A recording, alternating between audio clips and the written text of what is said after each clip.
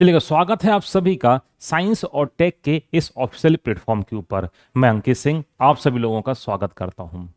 आप सभी की भारी डिमांड पर एनसीईआरटी सीरीज यहां पर चालू की गई है और आप सभी को पता है एनसीईआरटी किसी भी एग्जाम को क्रैक करने के लिए, स्पेशली कॉम्पिटिटिव एग्जाम को क्रैक करने के लिए बहुत ही ज़्यादा महत्वपूर्ण होती है। एनसीईआरटी बहुत बेसिक है यहाँ पर और वो बेसिक से धीरे धीरे यहाँ पर लेवल इसमें बढ़ता जाता है। एनसीईआरटी आपकी पूरे बेसिक कंसेप्ट यहां पर क्लियर करती है। इसको पढ़ने के बाद कोई भी किताब जब आप पढ़ेंगे इससे संबंधित तो सारी बातें आपको यहां पर समझ में आती हैं। तो आज से इस एनसीईआरटी सीरीज की हो रही है शुरुआत। तो बहुत बेसिक एनसीईआरटी क्लास 6, तो क्लास 6 की साइंस की एनसीईआरटी आज मैं आप सभी के साथ करा रहा हूं कवर। तो चलिएगा, जितने भी लोग जुड़े हैं सभी का बहुत बहुत स्वागत है, जो जुड़ते जा रहे हैं सभी का बहुत बहुत स्वागत है। तो स्टार्ट करते हैं साइंस की एनसीईआरटी क्लास 6 की। जैसा कि आप देख ही रहे क्लास 6 की एनसीईआरटी यहाँ पर एक मैंने कवर पेज पे लगा के भी रखा हुआ है। तो क्लास 6 की एनसीईआरटी की अपन बात करते हैं तो क्लास 6 की बहुत बेसिक एनसीईआरटी है। तो इस बेसिक एनसीईआरटी में मैं की पॉइंट आपके लिए लेकर आया हूं, सारी बातें मैं डिक्टेट आपके साथ करूंगा। कुछ और एडवांस इसमें चीजें हैं, ये भी मैं आपको यहां पर समझाने वाला हूं, इसमें आपको बताने वाला हूं। चलेगा, तो बात करते हैं क्लास 6 की एनसीईआरटी में। तो क्लास 6 की जो एनसीईआरटी है, सबसे पहले आपको यहां पर देखने को मिलेगा एनिमल और उनका फूड हैबिटेट।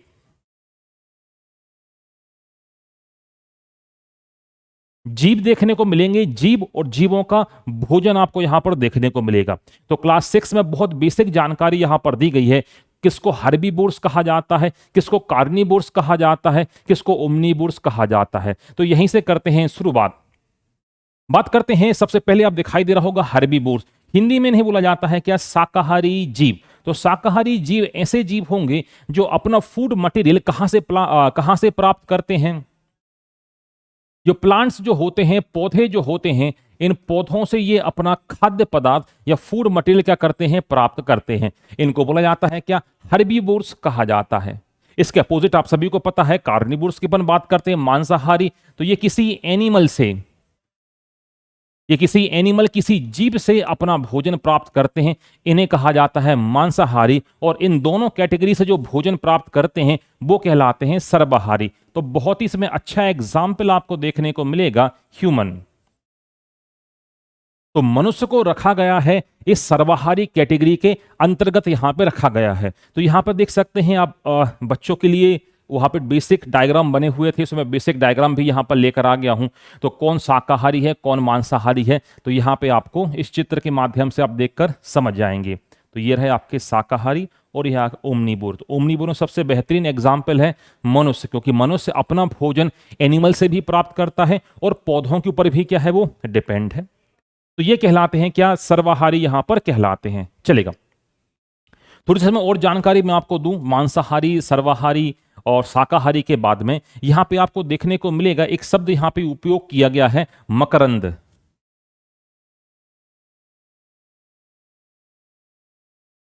एक शब्द यहां पर उपयोग किया गया है मकरंद। इंग्लिश में से बोला जाता है क्या, इंग्लिश में कहा जाता है नेक्टर। अब नेक्टर, अब चूंकि पौधों के बारे में हम चर्चा जब करेंगे तो पौधों में आपको देखने को मिलेगा क्या, नेक्टर इसमें आपको देखने को मिलेगा। इसे आप बोलते हैं क्या, इसे कहा जाता है मकरंद कहा जाता है। और मकरंद क्या काम करता है, तो यहां पे आप ध्यान दीजिएगा।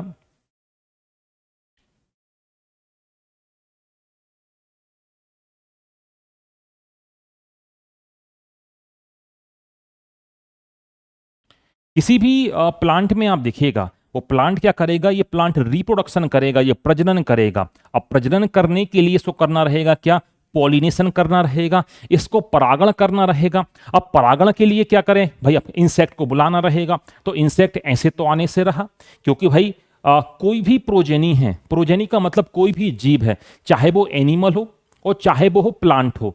तो कोई भी प्रोजेनी है, चाहे एनिमल हो चाहे प्लांट हो, इस अर्थ के ऊपर आया है, इस पृथ्वी के ऊपर आया है, तो उसका एक ही एम है। सर कौन सा एम है, उसका एक ही एम है, अपनी प्रोजेनी को यहां पर छोड़कर जाना। हाँ जी, अपनी प्रोजेनी को छोड़कर जाना। सभी इसी संघर्ष में, इसी स्ट्रगल में सभी लोग क्या हैं, लगे हुए हैं। इसी संघर्ष का ही तो नतीजा है कि मैं आपको पढ़ा रहा हूं। इसी संघर्ष का ही तो नतीजा है कि आप मेरे से पढ़ रहे हैं। तो इस पृथ्वी के ऊपर कोई भी एनिमल है, कोई भी जीव है, उसका केवल एकमात्र लक्ष्य है क्या? अपनी प्रोजेनी को यहां पर छोड़कर जाना। तो भाई ये प्लांट जो है, ये फूल जो है, ये क्या करेगा? ये भी तो रिप्रोडक्शन करेगा, और आप सभी ने पढ़ा बेसिक रिप्रोडक्शन। तो यहां पर ये करेगा क्या? ये करेगा पॉलिनेशन। ये करेगा क्या? पॉलिनेशन करेगा। ये करेगा परागण। अब जाहिर सी बात है, जब ये क्या करेगा? जब ये परागण करने का काम यहां पर करेगा, तो इस परागण करने के दौरान इसको इंसेक्ट को अपनी ओर अट्रैक्ट करना रहेगा, कीड़े मकोड़ों को अपनी ओर आकर्षित करना रहेगा। तो सर अब क्या, कैसे होंगे आकर्षित? भाई कीड़े मकोड़े परागण करने के लिए थोड़ी आए हैं। तो ये प्लांट, ये पौधे, ये फूल क्या बनाते हैं? ये बनाते हैं नेक्टर, बनाते हैं मकरंद बनाते हैं। और नेक्टर में क्या होता है? नेक्टर में पाया जाता है शुगर कंटेंट पाया जाता है। नेक्टर में पाई जाती है क्या? शर्करा पाई जाती है। बात समझ में आ रही है? तो इससे क्या होते हैं? इंसेक्ट आकर्षित होते हैं, क्योंकि उनको मिलता है यहां पर भोजन। और चूंकि यहां पे आकर्षित होंगे, तो ये आपको दिखाई दे रहे हैं, इनको बोलते हैं एंथर कहा जाता है। इंग्लिश में से बोलते, हिंदी में बोलते हैं इसे परागकोश। और यहां पर रहते हैं पोलन ग्रेन्स, और ये फीमेल वाला पोर्शन कहलाता है स्टिग्मा, ये कहलाता है स्टाइल। और नीचे आपको देखने को मिलेगा क्या? ओवरी। तो नेक्टर यहां पे शब्द उपयोग हुआ है क्लास 6 की एनसीईआरटी में। सो नेक्टर का क्या काम है? हिंदी में से बोला जाता है मकरंद। इसमें शुगर कंटेंट होता है। ये क्या, किसके लिए बनाता है? ये फूल बनाता है इंसेक्ट के लिए, कीड़े मकोड़ों के लिए। तभी तो इंसेक्ट इसकी तरफ आकर्षित होकर यहां पर आएंगे, और यहां पर क्या होगी? पॉलिनेशन की प्रोसेस होगी, परागण की प्रक्रिया यहां पर क्या होगी? होगी। तो ये है आपका क्या, मकरंद के बारे में। तो यहां पर देखो लिखा हुआ भी है। तो ये मकरंद आपको कहां पर? पौधों में देखने को मिलेगा। और कैसा होता है? शुगर रिच लिक्विड होता है, शुगर कंटेंट इसमें अच्छा खासा आपको देखने को मिलेगा। और ये जो ऐसे जीव जो मकरंद को खाते हैं, उनको बोला जाता है नेक्टरीबोरस कहा जाता है, या मकरंद का भोजन के रूप में उपयोग करते हैं, इन्हें बोलते हैं क्या? नेक्टरीबोरस। जैसे बहुत अच्छा एग्जाम्पल मैं आपको दूं, हमिंग बर्ड आपने देखा होगा। तो हमिंग बर्ड आएगी, वो अपने चोंचे स्ट्रॉ जैसा लगाएगी कहां पर? फ्लावर में। और यहां से पूरा नेक्टर क्या कर लेगी? सक कर लेगी। पूरा नेक्टर क्या कर लेगी? यहां पर ये चूस लेगी। तो नेक्टरीबोरस का मतलब यहीं पे होता है कि जो भोजन के तौर पर किसका उपयोग करते हैं? ये फूड के तौर पर उपयोग करेंगे नेक्टर का। सो उन्हें बोला जाता है क्या? नेक्टरीबोरस। तो यहां पर बहुत बेसिक जानकारी हर्बीवोर्स, कार्निवोर्स, ओमनिवोर्स के बारे में, नेक्टर और नेक्टरीबोरस एनिमल, और ये कहां पर पाया जाता है, इनके बारे में। ठीक है, चलेगा। तो बढ़ते हैं यहां से आगे की तरफ। अगली बात करते हैं, जो आपकी जो बुक जो है एनसीईआरटी जो है, तो यहां पे थोड़ा सा जिक्र हुआ है किनका? Component of the food material, मतलब भोज्य पदार्थों के ऊपर बहुत बेसिक जानकारी यहां पर दी है। कुछ और जानकारी मैं एड ऑन करके भी आपको साथ में बताते चलता हूं। तो हम बात करते हैं component of the food material, भोज्य पदार्थों की हम चर्चा यदि आपसे करें, तो भोज्य पदार्थों में क्या क्या शामिल है? तो आप सभी को पता है, भोज्य पदार्थों की कभी भी बात की जाएगी तो इसमें शामिल होते हैं क्या? कार्बोहाइड्रेट शामिल होते हैं। शामिल इसमें होते हैं क्या? विभिन्न प्रकार के protein, essential, non essential, semi essential. शामिल होते हैं यहाँ पे फैट, इसे आप हिंदी में बोल देते हैं वसा। शामिल होते हैं मिनरल्स, इसको हिंदी में बोला जाता है क्या? इसे कहा जाता है खनिज कहा जाता है। और मल्टीपल वाइटामिन, जिसको आप हिंदी में आप बोल देते हैं क्या? विभिन्न प्रकार के विटामिन। तो ये सभी क्या है? भोजन के मुख्य घटक हैं। तो भोजन में आवश्यक रूप से क्या होना चाहिए? कार्बोहाइड्रेट, प्रोटीन, वसा, खनिज, विटामिन, इन सब की मात्रा यहां पर होनी चाहिए। अब एक एक करके थोड़ी थोड़ी सी जानकारी मैं आपको देते जाता हूं इन सभी खनिज के बारे में।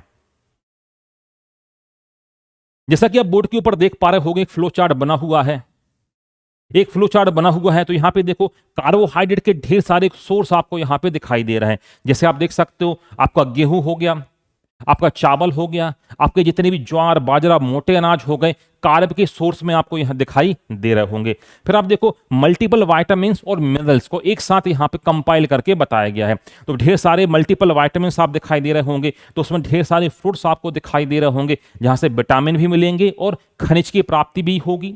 क्योंकि जैसे जैसे एनसीईआरटी बढ़ती जाएगी तो फिर स्पेसिफिक बताऊंगा कहां से कौन सा विटामिन यहां पर मिलेगा। हालांकि क्लास 6 में मल्टीपल विटामिन के ऊपर तो है कि उनके सोर्स भी पूछे गए हैं और उनके केमिकल नेम भी यहां पर दी हैं, तो कुछ थोड़ा सा और इसको अपन एडवांस करके यहां पर पढ़ लेंगे, क्योंकि एग्जाम में क्वेश्चन बनते हैं कि मल्टीपल विटामिन के सोर्स और उनके केमिकल नेम के ऊपर ये सारे क्वेश्चन आपके एग्जाम में देखने को भी मिलते हैं। प्रोटीन के यहां पर देखो सोर्स आपको दिखाई दे रहे होंगे, मीट आपको दिखाई दे रहा है, सोयाबीन आपको दिखाई दे रहा है, मिल्क आपको दिखाई दे रहा, पल्सेस आपको यहां पे दिखाई दे रहा, फैट में आप देखो फैट में आप विभिन्न प्रकार के यहां पे ऑयल्स आपको दिखाई दे रहे हैं, ऑयल्स हो गया, इसके अलावा यहां पर घी वगैरह हो गया, ये सभी आपको यहां पे सोर्स के रूप में दिखाई दे रहे हैं।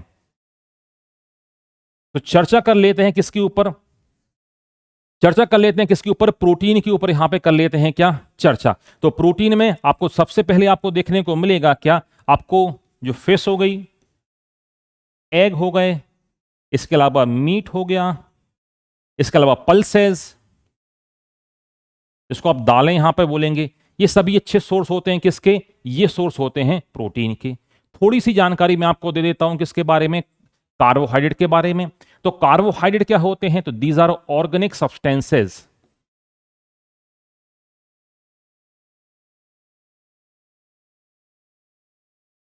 ये होते हैं क्या, कार्बनिक यौगिक होते हैं।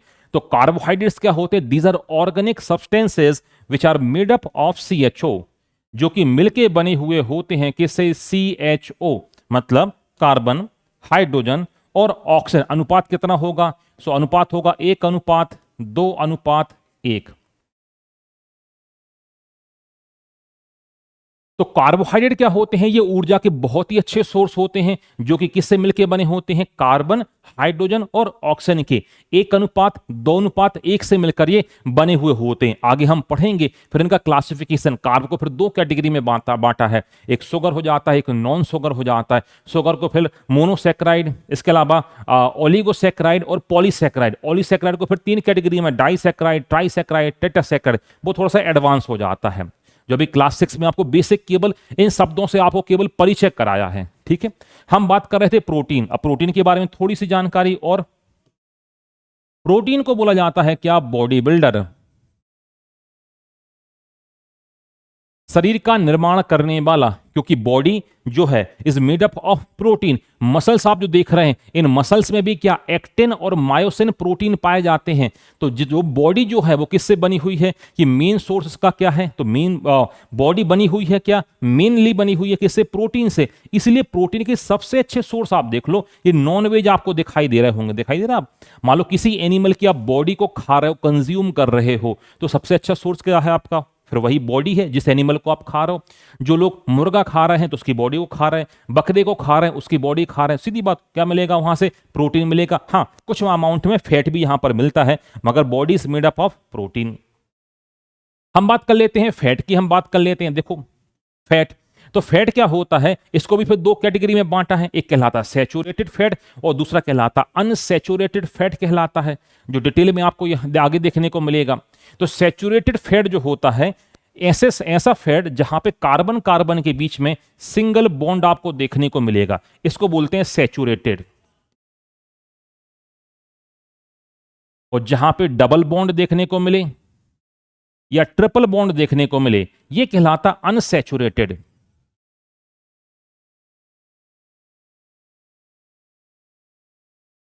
तो आप देख सकते हो फैट को 2 कैटेगरी में, सैचुरेटेड और unsaturated, on the basis of carbon carbon bond, carbon carbon के बीच उपस्थित बंध के आधार पे इनको बांटा गया है। कितने, 2 भागों में यहां पर इसे विभाजित किया गया है, या 2 भागों में से क्या किया गया है, बांटा गया है। तो पहला हो गया आपका क्या, कार्बोहाइड्रेट बेसिक जानकारी, फिर प्रोटीन, फैट, मिनरल्स हो गए। मिनरल्स में ढेर सारे मिनरल्स आपको देखने को मिलेंगे, कुछ एसेंशियल होते हैं, कुछ नॉन एसेंशियल होते हैं।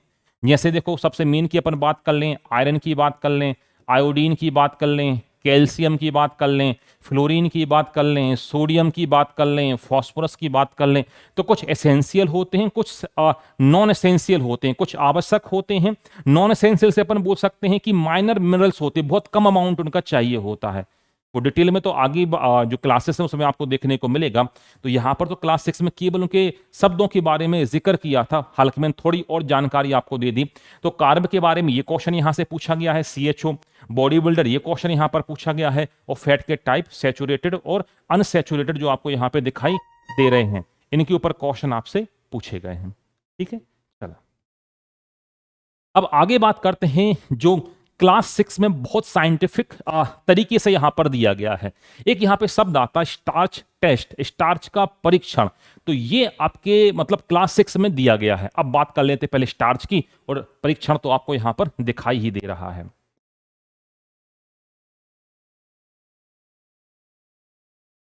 देखिएगा, सो बात करते हैं स्टार्च।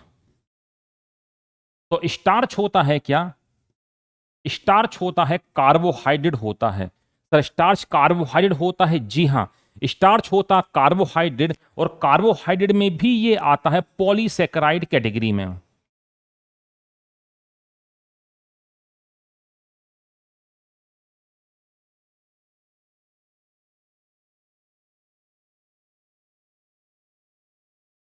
पॉलीसेकेराइड, सर पॉलीसेकेराइड का मतलब क्या है? शब्द खुद फिर चिल्ला चिल्ला के अपनी मीनिंग बता रहा है। अब बशर्ते आप समझ पाइएगा, इसको तोड़ दीजिएगा। पॉली प्लस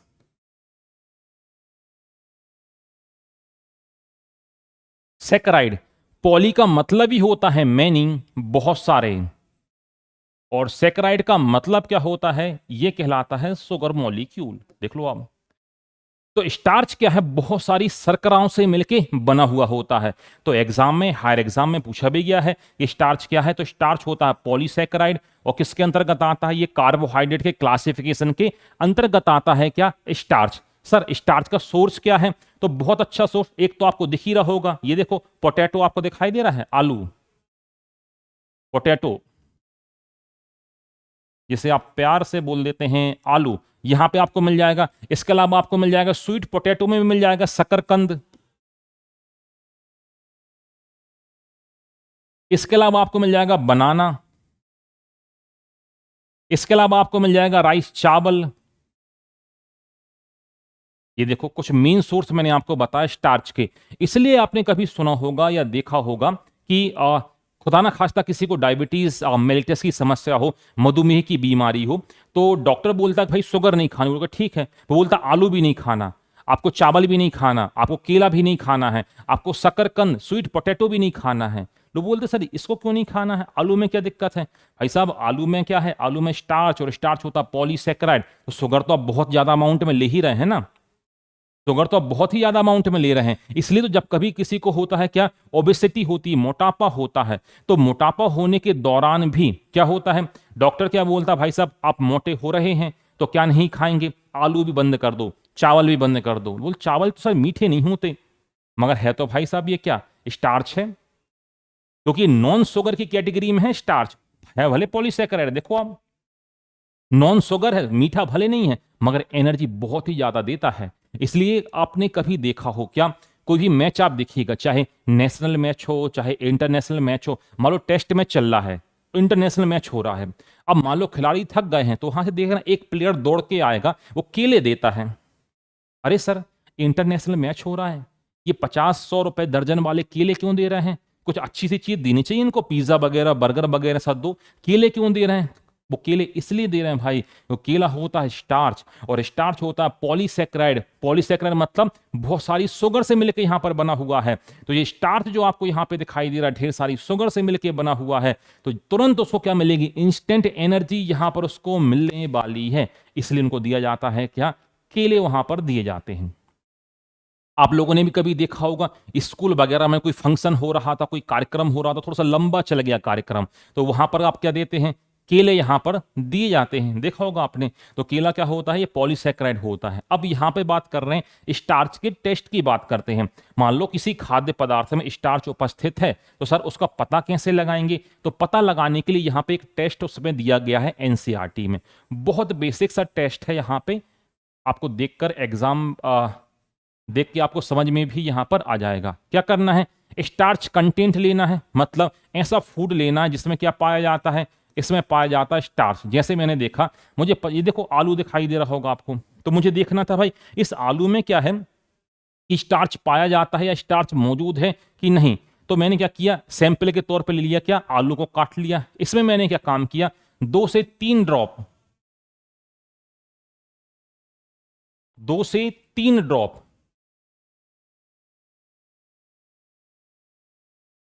2 से 3 ड्रॉप में क्या डालो, आयोडीन या आयोडीन सॉल्यूशन।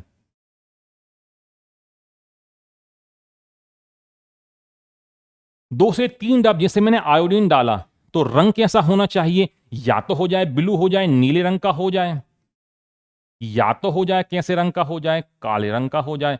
जैसे ही ये कलर आएगा तो मैं समझ जाऊंगा मेरे भोजन में क्या है, स्टार्च मौजूद है। तो आपको यहां पे दिखाई दे रहा होगा, ये देखो आयोडीन की बोतल यहां पे रखी हुई है। तो इसने क्या काम किया, आयोडीन का सॉल्यूशन थोड़ा सा यहां पे निकाला और यहां पे हल्का सा डाला, तो यहां पे कैसा हो गया, देखो काले से रंग का हो गया या गहरा नीला रंग आपको यहां पे दिखाई देगा। इसका मतलब क्या है, इस आलू में क्या मौजूद है, स्टार्च मौजूद है। तो एग्जाम में क्वेश्चन कैसा आता है कि स्टार्च किसके साथ नीला या काला रंग देता है, तो आपको पता होना चाहिए ये आयोडीन के साथ क्या देता है, नीला या काला रंग यहां पे देता है। बस इतनी बात आप याद कर लीजिएगा, आपका इसमें काम बन जाएगा। तो आपके एनसीईआरटी में कुछ जो साइंटिफिक चीज यहां पे जो लगी क्लास 6 में, यहां पे रखी। तो ये है वो चीज जिसको मैं आपको बता रहा था। चलेगा, तो अब बात कर लेते हैं प्रोटीन की, हम बात कर लेते हैं। चलो, प्रोटीन, अभी हमने चर्चा ही की थी किसके बारे में, प्रोटीन के बारे में। प्रोटीन को हमने बोल दिया था बॉडी बिल्डर,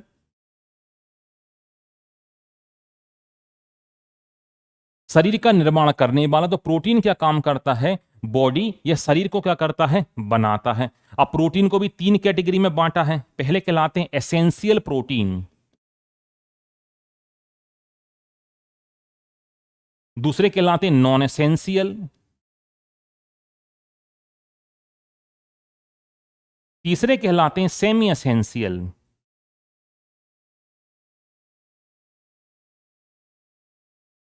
थोड़ी थोड़ी जानकारी, हालांकि ये तो उसमें नहीं है आपकी एनसीईआरटी में, थोड़ा सा और अपन देख लेते हैं आगे टच करके, आगे पढ़ेंगे अपन जब डिटेल में और आगे एनसीईआरटी जैसे जैसे बढ़ती जाएगी।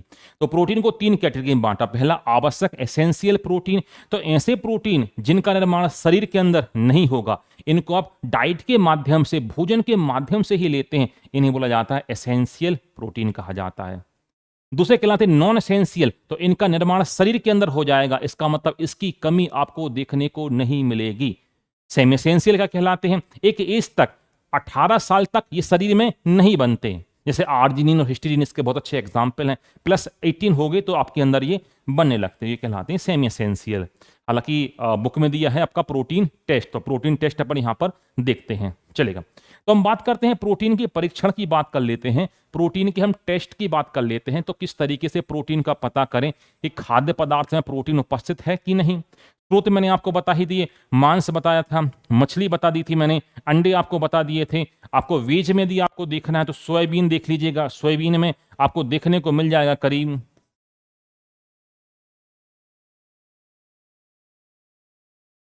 42% आपको देखने को मिल जाएगा, किसमें, सोयाबीन में आपको देखने को मिल जाएगा। 42% सोयाबीन में देखने को मिलेगा, जो कि वेज में मैक्सिमम है। शाकाहारियों में क्या है, सर्वाधिक आपको उसी में देखने को मिलेगा।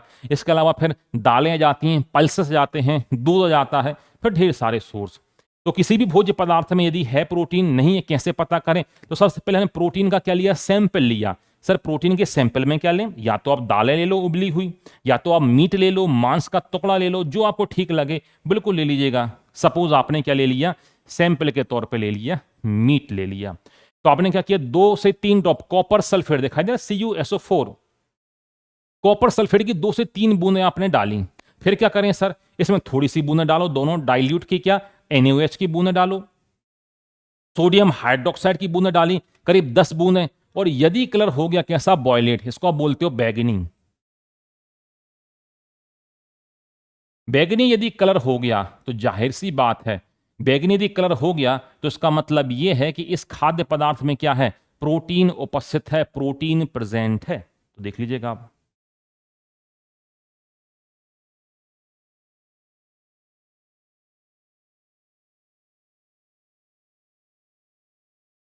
ठीक है। तो प्रोटीन उसमें क्या है, उपस्थित है। अब प्रोटीन की उपस्थिति का पता हमने कैसे लगाया? तो सबसे पहले हमने क्या किया, 2 ड्रॉप डाला उसके ऊपर, सैंपल के ऊपर कॉपर सल्फेट, 10 ड्रॉप डाला क्या अपन ने, सोडियम हाइड्रोक्साइड डाला। यदि कलर वॉयलेट बैंगनी से रंग का आ रहा है तो मैं बोलूंगा उसमें क्या है, प्रोटीन उपस्थित है। तो देखो अब प्रोटीन टेस्ट के लिए यहां पे बना हुआ है क्या, डाइल्यूट कॉपर सल्फेट का सॉल्यूशन डाला अपन ने 2 drop, dilute sodium hydroxide NaOH, यहां पे सॉल्यूशन डाला, कोई बेस भी आप यूज कर सकते हो। और यदि कैसा रंग जाए, या बैगनी से रंग यहां पे आपको देखने को जो मिल रहा है, इसका मतलब क्या है, ये क्या आपको प्रेजेंट आपको बताता है, जो वॉयलेट कलर यदि आपको वहां पे दिखाई दे रहा है तो आपको देखने को मिलेगा क्या, यहां पर ये उपस्थित है। तो ये रहा आपका क्या, प्रोटीन का टेस्ट। ठीक है, तो प्रोटीन की कमी से बच्चों में 2 रोग होते हैं, 2 डिसीज होती हैं जो बच्चों में आपको देखने को मिलेंगी, प्रोटीन की कमी से होती हैं। तो मुझे कमेंट बॉक्स में कमेंट करके ये बताइएगा कि प्रोटीन की कमी से बच्चों में कौन कौन सी बीमारियां होती हैं। यदि आपको पता है तो प्रोटीन की कमी से होने वाली बीमारियों के बारे में मुझे आप जरूर बताइएगा। चले, तो प्रोटीन की कमी से कौन सी बीमारियां होती हैं तो मुझे आप पहले बताइएगा। ठीक है, तो मैं आपको बताता हूं प्रोटीन की कमी से कौन कौन सी बीमारियां होती हैं। जो प्रोटीन जो होता है, इसकी कमी से जो बच्चे जो होते हैं, इनमें आपको 2 डिसीज, 2 बीमारियां आपको देखने को मिलती हैं। पहली बीमारी का नाम होता क्वासियोरकर।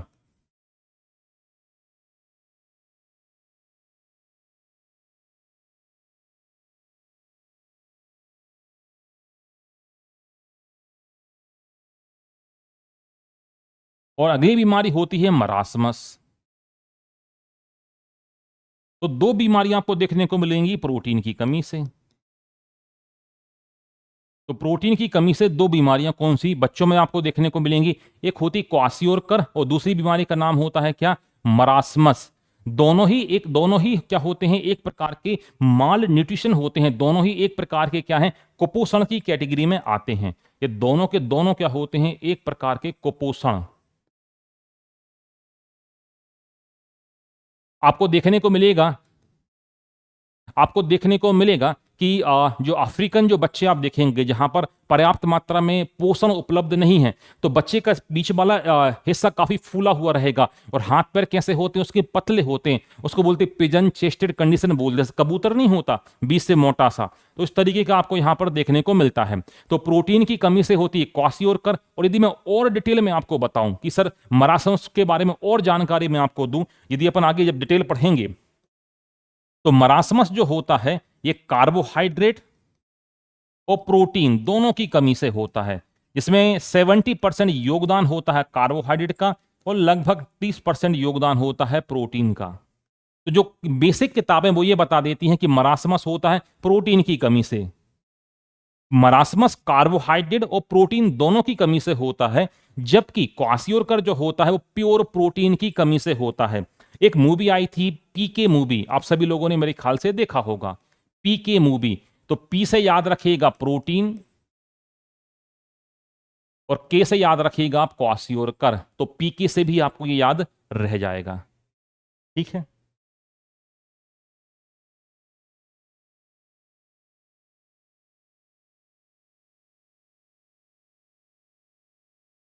चलें आगे। चलो, सो अब बात करते हैं आगे की तरफ। तो आगे की तरफ आपको यहां पर देखने को मिलेगा क्या, फैट। फैट के लिए टेस्ट आपको यहां पर देखने को मिलेगा। फैट मतलब जो आपका बसा जो था, बसा के लिए परीक्षण, क्योंकि क्लास 6 है तो बसा के लिए बहुत बेसिक सा परीक्षण है। कैसा परीक्षण है, आपने क्या काम किया, यहाँ पे एक आपको पेपर लेना पड़ेगा, कोई भी पेपर आप ले सकते हैं। जैसे सपोज आपने ग्राउंड नट को लिया, मूंगफली को लिया और एक व्हाइट पेपर के ऊपर रखा और पेपर के सहित उसको आपने जोर से प्रेस किया, तो मूंगफली का तेल क्या होगा, वो निकल के जाएगा। और जैसे मूंगफली का तेल निकल के आएगा, जो पेपर जो था, जो कागज जो था, वो कुछ इस तरीके का आपका हो जाएगा। देखो आप, तो मैं ये बता दूंगा कि भाई साहब देखो इसमें क्या है, इसमें तेल मौजूद है, इसमें बसा मौजूद है। अब इतनी ही दूर क्यों जा रहे हैं, आप सभी लोगों ने देखा होगा समोसे वगैरह या आलू बड़े वगैरह पैक कराए होंगे, यदि वो कागज में उसमें रैप करके देगा तो पूरा कागज क्या होगा, तेल को सोख लेता है। इसका मतलब उसमें क्या था, ऑयल या तेल क्या था, प्रेजेंट था। तो तेल के परीक्षण के लिए बहुत बेसिक सा यही है परीक्षण। देखो आप, तो घर में कोई भी डिश जब बनती है तो हम तेल को अलग करने के लिए उसको अलग से हम एक पेपर पे रखते हैं ताकि मैक्सिमम तेल क्या हो जाए, वहां से निकल जाए और बॉडी को मिनिमम तेल ही यहां पर मिले। तो उसके लिए कुछ नहीं किया है, एक आपने जो सैंपल आपने लिया है, तो जो फैट का जो सैंपल आपने लिया है, ऑयल कंटेंट कोई भी फूड आपने यहां पर लिया है, उसको किसी कागज से क्या कर दिया है आपने, रैप कर दिया है।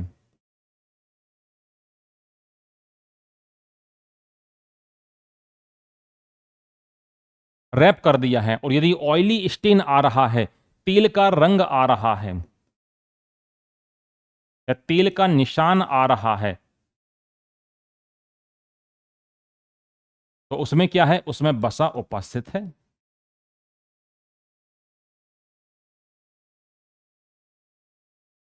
उसमें क्या है, वसा उपस्थित है। तो देखो आप, ये बहुत बेसिक जानकारी फिर। तो छोटी क्लास के बच्चों को ये प्रैक्टिकल भी कराए जाते हैं, तो वो करते भी हैं कि भाई पेपर में ग्राउंड नट लिया, उसको प्रेस कराया टीचर ने, तो उन्हें देखा भाई यहाँ पे स्ट्रेन आ रहा है, देखो कौन सा, ऑयल का। इसका मतलब इस फूड में क्या उपस्थित है, इस फूड में पाया जा रहा है क्या, इसमें फैट यहाँ पर मौजूद है, या फैट यहाँ पर क्या हो रहा है, पाया जा रहा है। चलेगा, आगे बात करते हैं मल्टीपल वाइटामिन के ऊपर, चर्चा कर लेते हैं जो आपके एग्जाम में पूछे भी जाते हैं। और साथ में, अच्छा इसके पहले थोड़ी और जानकारी मैं आपको दे दूं, एग्जाम में पूछे जाते हैं और साथ में आपके एनसीईआरटी में भी यहाँ पर ये चीजें पाई जाती हैं, एनसीईआरटी में आपको देखने को ये मिलेगा। इसमें थोड़ी सी जानकारी और दे दूं केमिकल रिएक्शन के बारे में, रासायनिक अभिक्रियाओं के बारे में।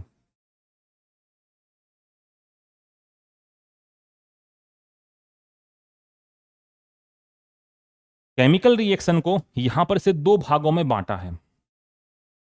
एक बांटा है क्या, फिजिकल रिएक्शन, और दूसरा केमिकल रिएक्शन। ये रिएक्शन केमिकल रिएक्शन ना बोल के हम बोल सकते हैं रिएक्शन हम बोल दें। तो रिएक्शन को दो कैटेगरी में बांटा है, पहला कहलाता है फिजिकल,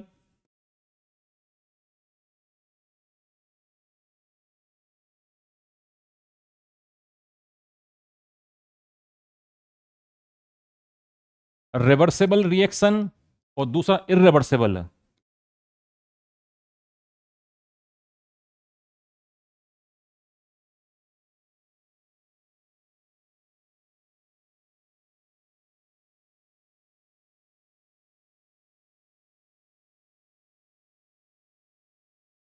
देखिएगा, तो अगला आपको देखने को मिलेगा क्या, अभिक्रिया या रिएक्शन।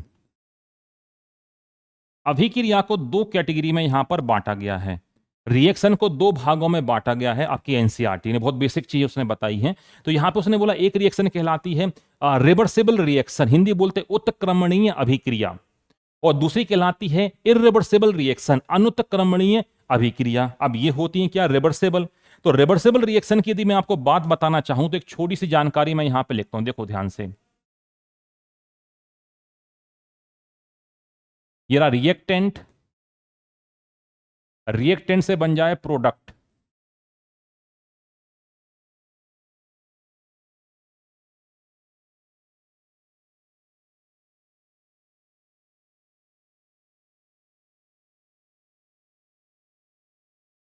ठीक है। यहां पर देखो इरिवर्सिबल में ये हो गया रिएक्टेंट से बन जाए प्रोडक्ट।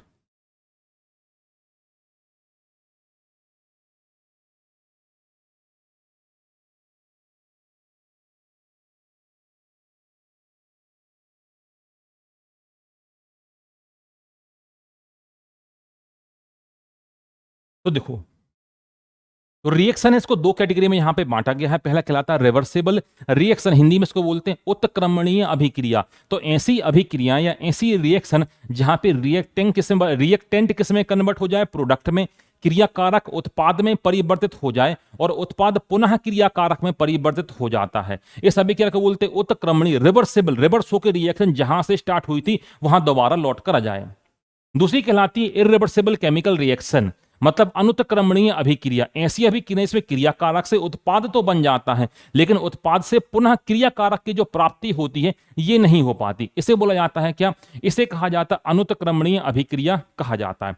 तो अभिक्रियाएं होती हैं दो प्रकार की। सो पहली कहलाती उत्क्रमणीय अभिक्रिया और दूसरी कहलाती अनुत्क्रमणीय अभिक्रिया। सो उत्क्रमणीय अभिक्रिया के अंतर्गत ऐसी अभिक्रियाएं जिसमें क्रियाकारक उत्पाद में बदल जाए और उत्पाद पुनः क्रियाकारक में आ जाता है, ये कहलाती है उत्क्रमणीय, रिवर्सिबल, रिवर्स हो जाए। दूसरी इरिवर्सिबल। सर एग्जाम दे के बताओ, कुछ एग्जाम बोल रहा हूं मैं, एग्जाम्पल दे के बताओ कि कौन कौन सी अभिक्रिया उत्क्रमणीय होती हैं, कौन सी अनुत्क्रमणीय होती है। बहुत अच्छा, मैं एग्जाम्पल आपको यहां पर दूं। Melting of ice,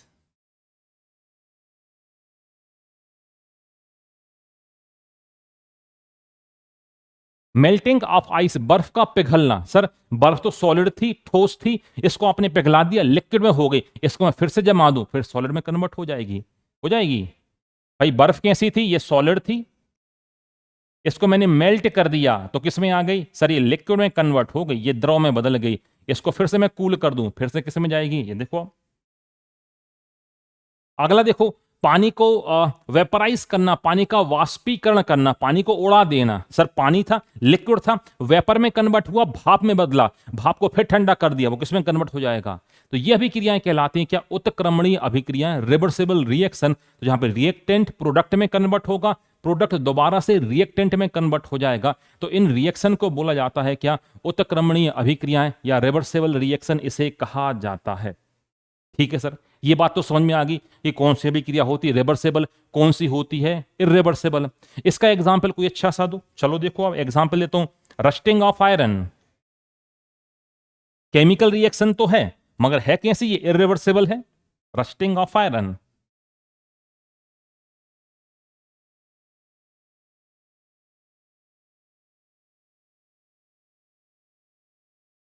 rusting of iron, लोहे के ऊपर जंग लगना। अब लोहे के ऊपर जंग लगा है तो जिंक, और जिंक बोल रहा हूं, आयरन ऑक्साइड यहां पे बन गया है, दोबारा जंग से मैं लोहा नहीं बना सकता हूं मैं। ये कौन सी भी क्रिया? यह इरिवर्सिबल रिएक्शन है। क्रियाकारक से उत्पाद तो बन जाएगा, रिएक्टेंट से प्रोडक्ट तो बन जाएगा, मगर प्रोडक्ट से दोबारा आप सोचेंगे सर रिएक्टेंट बन जाए, तो यह संभव है। इसको बोलते हैं क्या? अनुत्क्रमणीय या इरिवर्सिबल रिएक्शन कहा जाता है। फॉर एग्जाम्पल आप देखो, ढेर सारे एग्जाम्पल्स में आपको देखने को मिल जाएंगे। मार्केट से आप सब्जी लेकर आए तो आपने सब्जी को बना दिया, तो जो रिएक्टेंट जो था उससे प्रोडक्ट बन गया, इससे दोबारा जैसे आप मार्केट से लेके आए थे वैसे तो दोबारा से बनने से रही। तो रिएक्शन क्या हो रहा है? एक ही डायरेक्शन में क्या हो रही है? चल रही है। तो इसे बोला जाता है क्या? उत्क्रमणीय अभिक्रियाएं कहा जाता है। या तो इसे बोला, सॉरी, इसे कहा जाता है अनुत्क्रमणीय अभिक्रियाएं कहा जाता है, इरिवर्सिबल केमिकल रिएक्शन कहा जाता है। तो ऐसी अभिक्रियाएं जिसमें क्रियाकारक उत्पाद में बदल जाए और उत्पाद पुनः क्रियाकारक में न बदल पाए, इसे बोलते अनुत्क्रमणीय अभिक्रियाएं कहा जाता है। इरिवर्सिबल केमिकल रिएक्शन इसे कहा जाता है। तो बहुत बेसिक जानकारी आपकी क्लास 6 की एनसीईआरटी में आपको मिलेगी रिएक्शन के बारे में। तो रिएक्शन को दो कैटेगरी में इसने बांटा है। फर्स्ट आपको दिखाई दे रहा है, आपको देखने को मिला ये कौन सा? उत्क्रमणीय, मतलब रिवर्सिबल केमिकल रिएक्शन, और दूसरा इरिवर्सिबल केमिकल रिएक्शन। तो रिवर्सिबल क्या है? क्रियाकारक उत्पाद में बदल जाएगा, उत्पाद क्रियाकारक में बदल जाएगा। जबकि इसमें क्या होगा? क्रियाकारक उत्पाद में तो बदल जाएगा मगर उत्पाद दोबारा से प्रोडक्ट रिएक्टेंट में कन्वर्ट नहीं होने वाला है। तो इसे बोला जाता है इरिवर्सिबल केमिकल रिएक्शन कहा जाता है। अनुत्क्रमणीय अभिक्रियाएं इसे कहा जाता है। ठीक है, चले आगे बात करते हैं। अब आपके देखो एनसीईआरटी क्लास 6 में कुछ बेसिक बेसिक दिए गए हैं क्या? उसमें मल्टीपल विटामिन की नेम दिए गए हैं, उनके सोर्स दिए गए हैं। अब चूंकि विटामिन तो आते ही हैं तो हम इसे थोड़ा सा और मैं इसे मर्ज कर दिया, एडवांस लेवल में मर्ज कर दिया है। और सारे के सारे विटामिन सोर्स और उनके होने वाले डिसीज, इनके ऊपर मैं कराने वाला हूं क्या? डिस्कशन यहां पे कराने वाला हूं। एक एक करके अपन करते हैं, चलेगा। हाँ, तो यहां पे आपको दिखाई दे रहा है कॉलम में, देखो यहां पे लिखा मल्टीपल विटामिन्स, यहां पे लिखा सोर्सेस लिखे हुए हैं, यहां पे लिखा उनके फंक्शन और कमी से होने वाले रोग आपको यहां पर दिखाई दे रहे होंगे। तो एक एक करके अपन कर लेते हैं, चर्चा कर लेते हैं। तो पहले मैं यहां पे आपको बता देता हूं, फिर आप वहां पे देख लीजिएगा। बात करते हैं विटामिन ए की, बात कर लेते हैं। विटामिन ए जिसे बोला जाता है क्या, इसे कहा जाता है रेटिनॉल कहा जाता है। हिंदी वाले भी इसे बोलते हैं, इंग्लिश वाले भी इसे इसी नाम से जानते हैं। देवनागरी में रेटिनॉल कुछ इस तरीके से लिख दिया जाता है, बाकी इसमें कुछ भी खास बात नहीं है, तो इसको याद रखना पड़ता है इसका केमिकल नेम। सो केमिकल नेम आप सभी को याद है क्या, रेटिनॉल। अब इसके सोर्स क्या हैं, तो सोर्स बताने का अच्छा तरीका मैं आपको सिखाता हूं। ऐसा कोई भी फल और सब्जी, चाहे फ्रूट हो चाहे वेजिटेबल हो, फल और सब्जी हो, जो मैच्योर हो जाए, जो परिपक्व हो जाए और अंदर से आप काटो, अंदर से कैसे वो पेल येलो इन कलर, अंदर से पीले रंग के हों, उन सभी में मिलता है क्या, उन सभी में मिलता है विटामिन ए। तो ऐसे फल और सब्जियां जो मैच्योर हो जाएं, जो परिपक्व हो जाएं, अब परिपक्व हो जाएं उनको आप कट करो, अंदर से कलर कैसा हो, पेल येलो इन कलर यहां पर हो, तो उसमें कौन सा विटामिन मिलने वाला है, तो यहां पे विटामिन मिलने वाला है ए। फॉर एग्जाम्पल हम बात कर लेते हैं, देखो यहीं पे चर्चा भी कर लेते हैं। आपने देखा होगा मैंगो, देखा आपने मैंगो, फिर आपने देखा होगा क्या, मैंगो के बाद पपाया, इसके अलावा देखो आप एक होता वाटरमेलन, एक होता मस्क मेलन, उसमें भी आपको मिल जाएगा। ज्यादा जहां पे मिलता है उसकी चर्चा मैं कर रहा हूं। पंपकिन, इसके अलावा देखो वुड एप्पल, वुड एप्पल को आप सभी लोग जानते होंगे, इसको आप बोलते हो बेल, क्योंकि गर्मियों का समय भी चल रहा है, बेल का शरबत लोग पीते भी हैं। तो ये बहुत अच्छे सोर्स हो जाते हैं किसके, विटामिन ए के। इसके अलावा मिल्क में मिल जाएगा। ये याद करने का तरीका है कि भाई जो अंदर से पीले रंग के हों उनमें मिलेगा ये विटामिन। इसके अलावा भी तो मिलता है, दूध में मिल जाएगा, इसके अलावा आपको, इसके अलावा मांस में, अंडों में, हर जगह मिलेगा, मगर ये मेन सोर्स हैं जो मैं आपको बता रहा हूं। चलेगा, तो बात करते हैं विटामिन ए। तो विटामिन ए की कमी से जो डिसीज जो थी, जो रोग जो थे, इनके ऊपर पहले चर्चा कर लेते हैं। दो डिसीज आपको देखने को मिलेगी, एक होती नाइट ब्लाइंडनेस,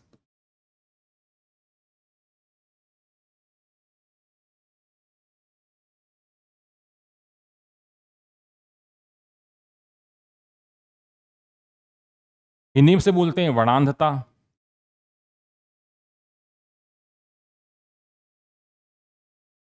दूसरी डिसीज आपको देखने को मिलती है जीरोप्थेल्मिया।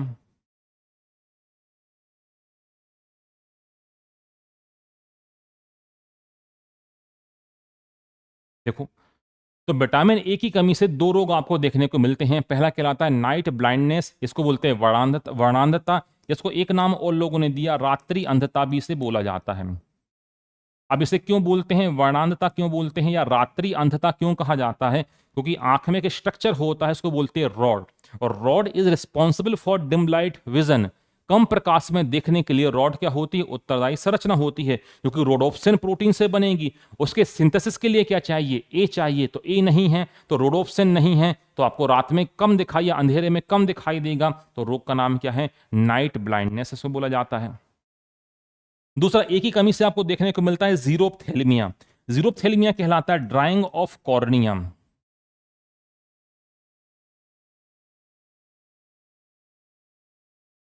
कॉर्निया का सूख जाना, जो आंख जो होती है, आई जो होती है, उसकी जो अपर लेयर आपको देखने को मिलेगी, ये आंख की जो अपर लेयर देखने को मिलेगी, ये कहलाती है क्या, कॉर्निया। और कॉर्निया होता है ए बस्कुलर इन नेचर। तो what is the meaning of avascular in nature, there is no blood supply in cornea, blood cornea में ब्लड की सप्लाई नहीं होती है। इसलिए जब आई डोनेशन करते हैं तो किसी का भी कॉर्निया किसी को भी लग जाता है, क्योंकि उसमें ब्लड की सप्लाई ही नहीं है। अब ब्लड की सप्लाई ही नहीं है तो एंटीजन नहीं है, तो किसी का कॉर्निया किसी को लगा तो उसमें एंटीजन थे ही नहीं, तो बॉडी ने एंटीबॉडी बनाई ही नहीं, रेजिस्टेंस क्रिएट किया ही नहीं, तो बॉडी ने सीधा एक्सेप्ट ही कर लिया, तो किसी का भी कॉर्निया किसी को भी लग जाता है। तो देखो, वही आपको एग्जाम्पल के जरिए भी आपको बताया जा रहा है कौन कौन सा आपको यहाँ पे डिसीज आपको देखने को मिलेगी। तो विटामिन ए, जिसे रेटिनॉल यहाँ पर कहा जाता है, और एडवांस में नाम लिखे हुए हैं, इनको आप चाहें तो याद कर सकते हैं, चाहें तो आप, अब क्लास 6 के हिसाब से तो बेसिक ही बेसिक उसमें दिया गया था। तो विटामिन ए का सोर्स आप देख सकते हो, दिए हैं दूध, अंडा, मक्खन, लेबर मिल जाएगा। इसके अलावा जो मैंने आपको बताया है, जहाँ पे जो पीले फल हैं वो मेन सोर्स आपको यहाँ पर देखने को मिलेंगे। अब बात करते हैं ये काम क्या करता है, तो देखो यहाँ पे लिखा रोडोप्सिन, देखा रोडोप्सिन का क्या पूर्ववर्ती है, मतलब उसको बनाने के लिए क्या करता है, हेल्प करता है, कौन, विटामिन ए। और कमी से आप देख सकते हो तो नाइट ब्लाइंडनेस आपको दिखाई दे रहा होगा, दिखाई दे रहा है, नाइट ब्लाइंडनेस और जीरोप्थेलिमिया, ऐसे रोग आपको यहाँ पर देखने को मिलेंगे। यदि और एडवांस की अपन बात करते हैं तो क्रेटोमलेशिया, मतलब स्किन में क्या होना, थोड़ा सा टेक्टी स्किन हो जाएगी, फटी फटी सी स्किन रहेगी। और देख सकते हो एक और रोग यहाँ पे लिखा है डर्मेटोसिस, यहाँ पे लिखा है, जो कि एक ही कमी से ही सामान्यता देखने को मिलता है। तो दो रोग बड़े कॉमन हैं, बाकी तो हायर एग्जाम ही पूछता है, इनको बिल्कुल आपको नहीं भूलना है, दो रोगों को।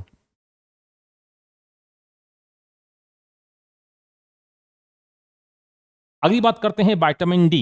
सो विटामिन डी को दो तीन यहां पे नाम दिए गए हैं। विटामिन डी को बोला जाता है क्या, पहले calciferol.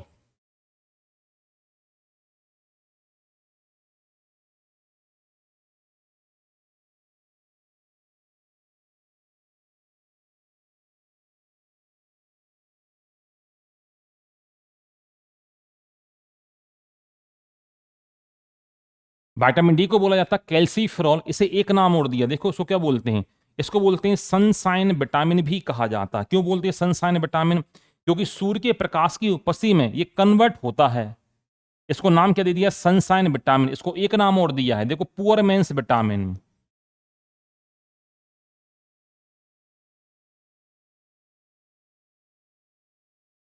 Poor man's vitamin, poor man का मतलब क्या होता है, गरीब। तो इसे एक नाम और दिया गया है, इसे बोला जाता है क्या, गरीबों का विटामिन भी कहा जाता है। सर इसे गरीबों का विटामिन क्यों बोलते हैं, गरीबों से यहां पे क्या मतलब है, तो इसे गरीबों का विटामिन इसलिए बोला जाता है क्योंकि भाई सूर्य के प्रकाश, सनलाइट की कमी किसी को भी नहीं है, चले जाओ बाहर।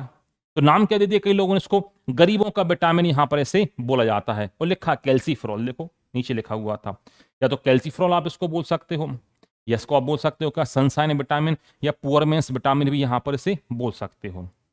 इसे एक नाम और दिया है एंटी रिकेट्स विटामिन। क्यों, क्योंकि विटामिन डी की कमी से दो रोग होते हैं, बच्चों में होता है रिकेट्स और बड़ों में होता ऑस्टियोमलेशिया। तो आप देख लो पहले रोग के बारे में जानकारी, फिर मैं आपको इसमें जानकारी देता हूं। डी,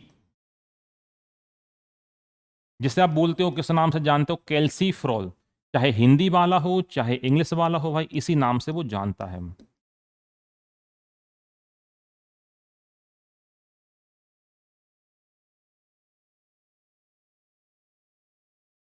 डी, अब इसकी कमी से रोग आपको जो मैं आपको बता रहा हूं, देखिएगा बहुत काम के रोग हैं। पहले रोग को बोला जाता है रिकेट्स,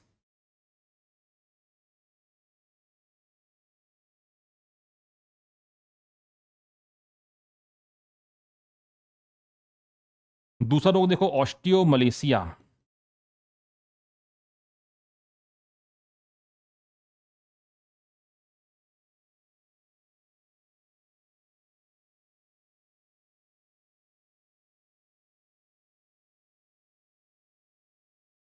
ये रहे दो रोग। अब रिकेट्स और ऑस्टियोमलेशिया दोनों में ही क्या होती है, फ्रेजल बोन, हड्डियां क्या होती हैं इसमें, कमजोर होती हैं। चाहे ऑस्टियोमलेशिया की हम बात करें और चाहे हम बात करें किसकी, रिकेट्स की हम बात करें। अब रिकेट्स जो होता है, यदि बड़ों में हड्डियां कमजोर हो रही हैं तो उसे बोल दिया जाता है क्या, ऑस्टियोमलेशिया। और जबकि बच्चों में यदि हो रही हैं कमजोर तो इसको बोला जाता है क्या, रिकेट्स कहा जाता है। ठीक है। अब विटामिन डी का काम ही यही होता है। डी क्या काम करता है, जो आपकी एलिमेंट्री कैनाल है, आहार नाल जिसे आप बोलते हो,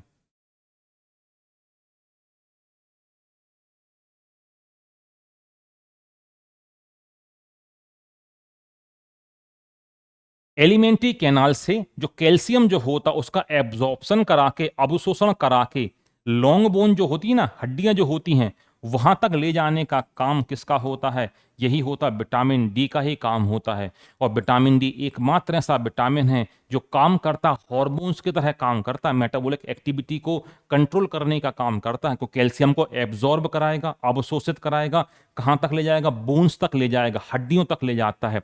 तो जब कभी किसी को हड्डियों संबंधी बीमारियां होती हैं तो हड्डी संबंधी बीमारियों के लिए डॉक्टर क्या काम करता है, विटामिन डी अलग से वो देता है। क्यों, क्योंकि उसको पता है डी क्या काम करेगा, कैल्शियम को एब्जॉर्ब कराएगा और कहां तक ले जाएगा, लॉन्ग बोन्स तक ये ले जाने का काम करता है। तो विटामिन डी का काम ये होता है एलिमेंट्री कैनाल से अवशोषण कराना, एब्जॉर्प्शन कराना, किसका, एब्जॉर्प्शन कराएगा किसका, ये कैल्शियम को एब्जॉर्ब कराएगा और कहां तक ले जाएगा, लॉन्ग बोन्स तक ये ले जाता है, लंबी हड्डियों तक ये ले जाने का काम करता है। लॉन्ग बोन्स क्या, सभी बोन्स में यूज यहां पर ये होता है। तो देखो यहां पर लिखा हुआ है, ये क्या, देखो कैल्शियम और फास्फोरस के उपापचय यानी कि मेटाबॉलिज्म, उसमें हेल्प करता है। दांत और हड्डियों के क्या ग्रोथ के लिए क्या है, ये बहुत ज्यादा जरूरी है। तो इसकी कमी से देखो बच्चों में होता रिकेट्स, इस रिकेट्स को हिंदी में सूखा रोग भी लोग बोल देते हैं, या अस्थि असामान्यता भी लोग इसे बोल देते हैं। और बड़ों में आपको देखने को मिलेगा ऑस्टियोमलेसिया, आपको डिसीज यहां पे देखने को मिलेगी। बात समझ में आ रही है, ऑस्टियोमलेसिया। अब ऑस्टियोमलेसिया यदि एक्सट्रीम कंडीशन पे होता है तो टेटेनी यहां पर होता है।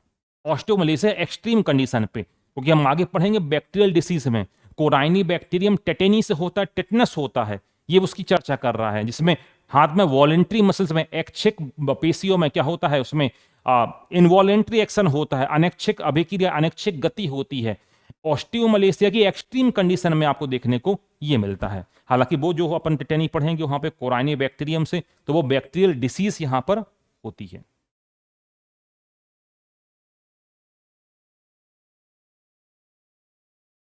चलेगा, तो यहां पे लिखा हुआ है रिकेट्स ऑस्टियोमलेशिया, आप देख सकते हो सारी जानकारी यहां पर लिखी है। आगे बढ़ें, चलो आगे की तरफ हम बात करते हैं, विटामिन ई की हम बात कर लेते हैं। देखो विटामिन ई, तो विटामिन ई को दो तीन नाम यहां पर दिए गए हैं। इसका नाम क्या, पहला टोकोफेरॉल, हिंदी इंग्लिश दोनों में ही बोला जाएगा।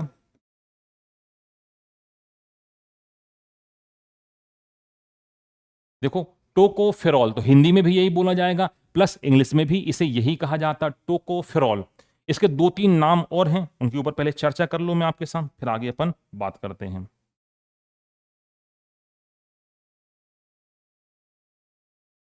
तो बात करते हैं किसकी, विटामिन ई की बात करते हैं।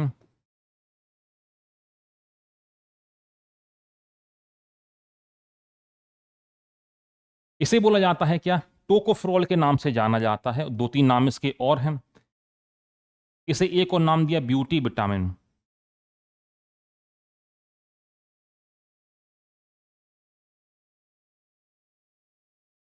इसे एक और नाम दिया है फर्टिलिटी विटामिन,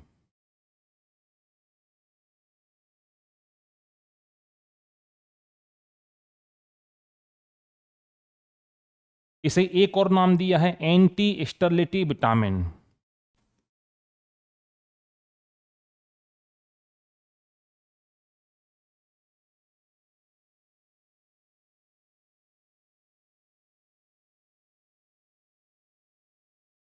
ये सारे इसी के ही नाम हैं। सर इतने सारे नाम क्यों हैं, तो अब शब्दों का मीनिंग आप समझो। बात करते हैं फर्टिलिटी का मतलब होता है उर्वर, हिंदी में यदि अपन बात करें, उर्वर का मतलब होता है कि जो अपनी ऑफस्प्रिंग को प्रोड्यूस कर सके, जो अपनी प्रोजेनी को बढ़ा सके, जो बच्चे पैदा कर सके, उसको हम बोलते हैं फर्टाइल। और फर्टाइल का जस्ट अपोजिट होता है क्या, इसे हम बोल देते हैं स्टेराइल। इसे हम क्या बोल देते हैं, स्टेराइल बोल देते हैं। अब देखो ध्यान से, विटामिन ई क्या काम कराता है, सो विटामिन ई कराता है स्पर्मेटोजेनेसिस। देखो ध्यान से,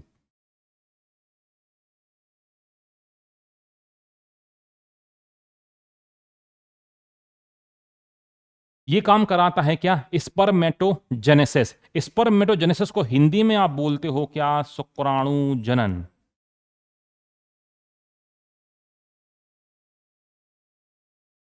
spermatogenesis, formation of sperm in testis, शुक्राणुओं के वृषण के अंदर शुक्राणुओं का बनना, इसे हम क्या बोलते हैं, स्पर्मेटोजेनेसिस। तो विटामिन ई जो होता है, it is responsible for spermatogenesis in male. इसका मतलब विटामिन ई के अच्छे सोर्स लेंगे तो शरीर में क्या होगा, मेल में क्या होगा, स्पर्मेटोजेनेसिस होगी, शुक्राणु बढ़िया से बनेंगे। शुक्राणु यदि बनेंगे तो वो अपने बच्चे पैदा कर पाएगा, इसलिए नाम क्या दे दिया इसको, नाम दे दिया फर्टिलिटी विटामिन या एंटी स्टेरिलिटी विटामिन। स्टेरिलिटी का मतलब होता है जो अपने बच्चे पैदा ना कर पाए, स्टेराइल बंद है हिंदी में बोलते हैं, उसके आगे लगा है एंटी, सो मतलब जो अपने बच्चे पैदा कर सके। क्योंकि जब कभी भी मैं इसको पढ़ाता हूं ना, फर्टिलिटी और स्टेरिलिटी, तो लोग बोलते हैं कि सर ई के सोर्स और बता दो क्या होंगे, ई कहां से मिलेगा। तो ई सबसे ज्यादा मिलता है कॉटन सीड ऑयल, कपास के बीज का तेल सबसे ज्यादा वहां पर मिलेगा। वीट में, ग्राम में, जो स्प्राउट जो होंगे, अंकुरित जो होंगे, उसमें भी आपको मिल जाएगा क्या, विटामिन ई। या नॉर्मल डाइट से आपको विटामिन ई की प्राप्ति हो जाती है, लिखा होगा, लिखा है। तो तेल युक्त बीज में बहुत बढ़िया कॉटन सीड ऑयल, कपास के बीज का तेल हो गया, सोयाबीन वगैरह में भी आपको मिल जाएगा। इसके अलावा गेहूं और चने में,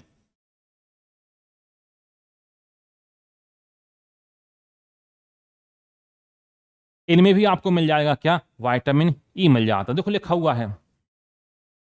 इसी कमी से क्या हो जाती है, स्टरलिटी। इसको हम और अच्छा सुधारें, यदि मेडिकल टर्म यहां पे लिखना चाहूं तो उसको मैं ऐसा बता सकता हूं, इसकी कमी से हो जाएगी स्पर्मेटोजेनेसिस नहीं होती है।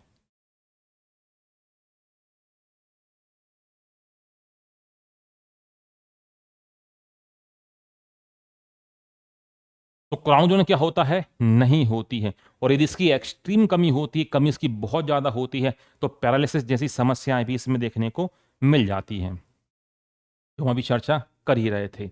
इसके अलावा इसको एक नाम और दिया, देखो ब्यूटी विटामिन। देखो ब्यूटी का मतलब होता है सुंदरता से, यहां पर मतलब है, तो इसे बोला जाता है क्या, ब्यूटी विटामिन के नाम से भी जाना जाता है। सर ब्यूटी विटामिन क्यों बोलते हैं, ब्यूटी विटामिन इसलिए बोलते हैं, जो स्किन के नीचे आपको मिलेगा क्या, कोलेजन फाइबर मिलेंगे। तो कोलेजन फाइबर क्या होते हैं, उनके सिंथेसिस के लिए ई की जरूरत होती है, विटामिन ई।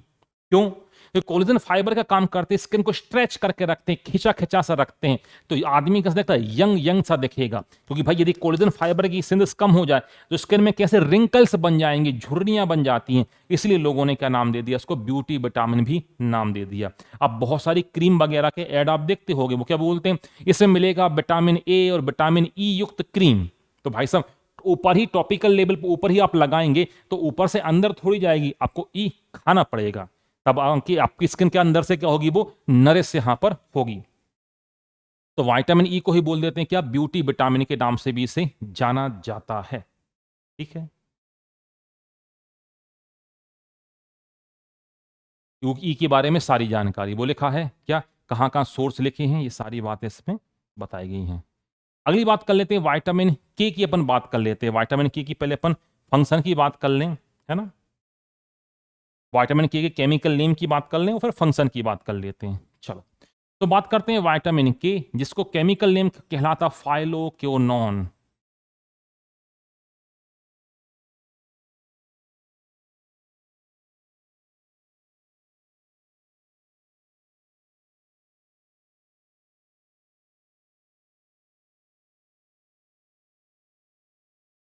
विटामिन के जिसे जाना जाता है किस नाम से, फाइलोक्विनोन के नाम से जाना जाता है विटामिन के। और विटामिन के एक नाम इसको और मिला है, एंटी हीमोरेजिक विटामिन।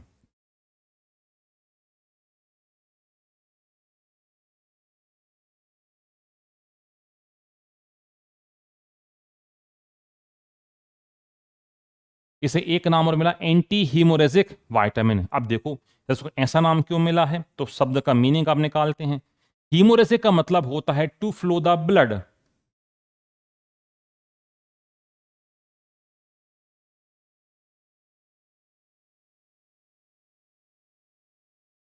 रक्त का बहना, और उसके आगे लगा है एंटी, तो विटामिन के क्या काम करता है, ये ब्लड कोगुलेशन में हेल्प करता है, रक्त का थक्का जमाने में क्या करता है, मदद करता है। इसलिए से बोला जाता है क्या, एंटी हीमोरेजिक विटामिन कहा जाता है।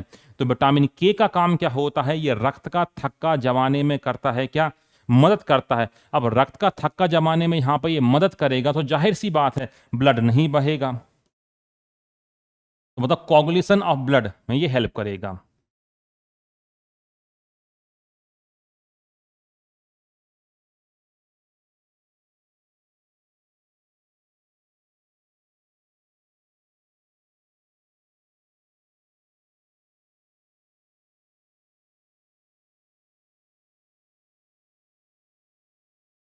तो रक्त का थक्का जमाने का काम करता है कौन सा, ये काम करता है विटामिन के, इसलिए इसको नाम भी मिला है क्या, एंटी हीमोरेजिक विटामिन। क्योंकि ब्लड क्लॉट करने में क्या करता है, ये मदद यहां पर करता है।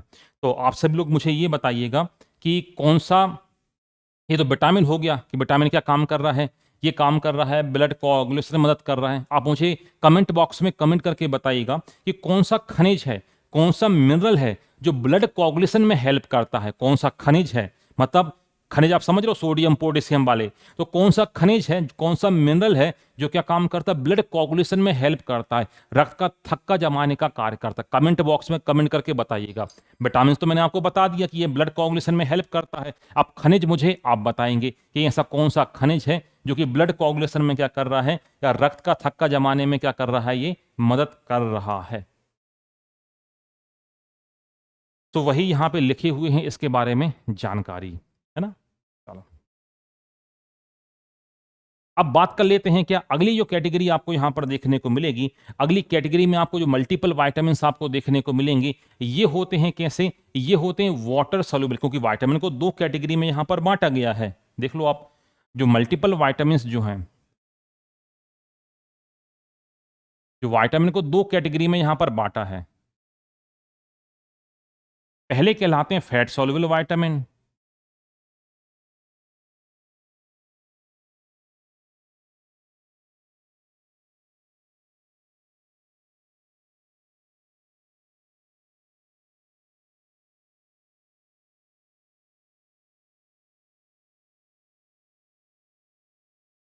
बसा में घुलनशील विटामिन, और दूसरे कहलाते हैं क्या, वाटर सॉल्युबल।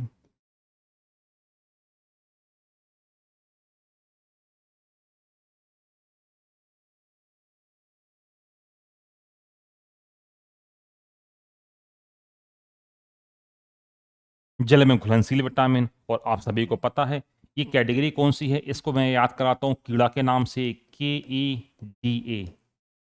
और ये होते बी कॉम्प्लेक्स और विटामिन आपको मिलेगा कौन सा, सी। ये कहलाते हैं वाटर सॉल्युबल। तो विटामिन की दो कैटेगरी, एक होती है कौन सी, जल में घुलनशील विटामिन, और दूसरे होते हैं किस में घुलनशील, दूसरे होते हैं वसा में घुलनशील विटामिन आपको देखने को मिलेंगे। तो विटामिन की दो कैटेगरी में आप देख सकते हैं। इनको भी अपन ने देखा, vitamin A, D, K, E को हमने देखा। अब हम चल रहे हैं कहाँ की तरफ, हम चल रहे हैं अब फैट सॉल्युबल विटामिन की तरफ। तो आगे चलने के पहले थोड़ी सी और जानकारी मैं आपको दे दूं। पहले जो विटामिन की जो स्पेलिंग जो है वो कुछ इस तरीके से लिखी जाती थी, आखिरी में ई लेटर भी लगा हुआ रहता था। सर अलग क्यों कर दिया, ई क्यों लगा हुआ था, इसलिए लगा हुआ था क्योंकि पहले ये माना जाता था कि जो विटामिन जो होते हैं ये शरीर के लिए क्या होते हैं, बहुत ज़्यादा आवश्यक होते हैं, बहुत ज़्यादा जरूरी होते हैं। ठीक है भाई साहब, जरूरी होते हैं। और इन सभी विटामिन में एमीन ग्रुप मतलब NH2 ग्रुप पाया जाता है। तो यहां से VIT से ले लिया, ये देखो आप, ये, और एमाइन ग्रुप दिखाई दे रहा है ये, या एमीन ग्रुप। तो ऐसा माना जाता था कि विटामिन क्या है, बॉडी के लिए तो जरूरी है, ठीक है, मगर सभी विटामिन में क्या पाया जाता है, एमीन ग्रुप पाया जाता है, या एमीन समूह पाया जाता है। तो लोगों ने इसको नाम क्या दे दिया, विटामिन। तो यहां से चुरा लिया VIT, और वहां से जोड़ दिया उसमें क्या, एमाइन यहां पर जोड़ दिया। लंबे समय तक कहानी चलती भी रही कि भाई लास्ट में ई लगाकर लिखा लिखा उसको जाता था। वर्तमान समय की हम बात करें तो ई को हमने क्या किया, इस लेटर को हमने ड्रॉप कर दिया है। ड्रॉप क्यों कर दिया, उसके पीछे भी रीजन है। एक साइंटिस्ट आते हैं, इनका नाम है ड्रूमोंड। साइंटिस्ट का नाम है ड्रूमोंड, मैं यहां लिखता हूं उनका नाम।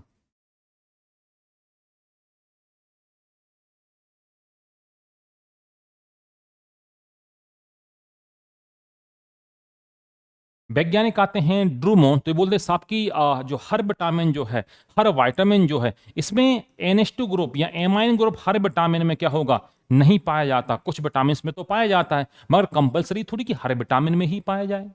जैसे साइनो कोबालेमाइन, मगर हर विटामिन में थोड़ी मिलता है।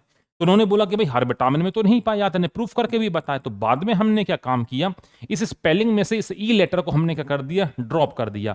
तो वर्तमान समय में जो स्पेलिंग जो आपको दिखाई देती है वो कुछ इस तरीके की आपको दिखाई देती है। ये है विटामिन।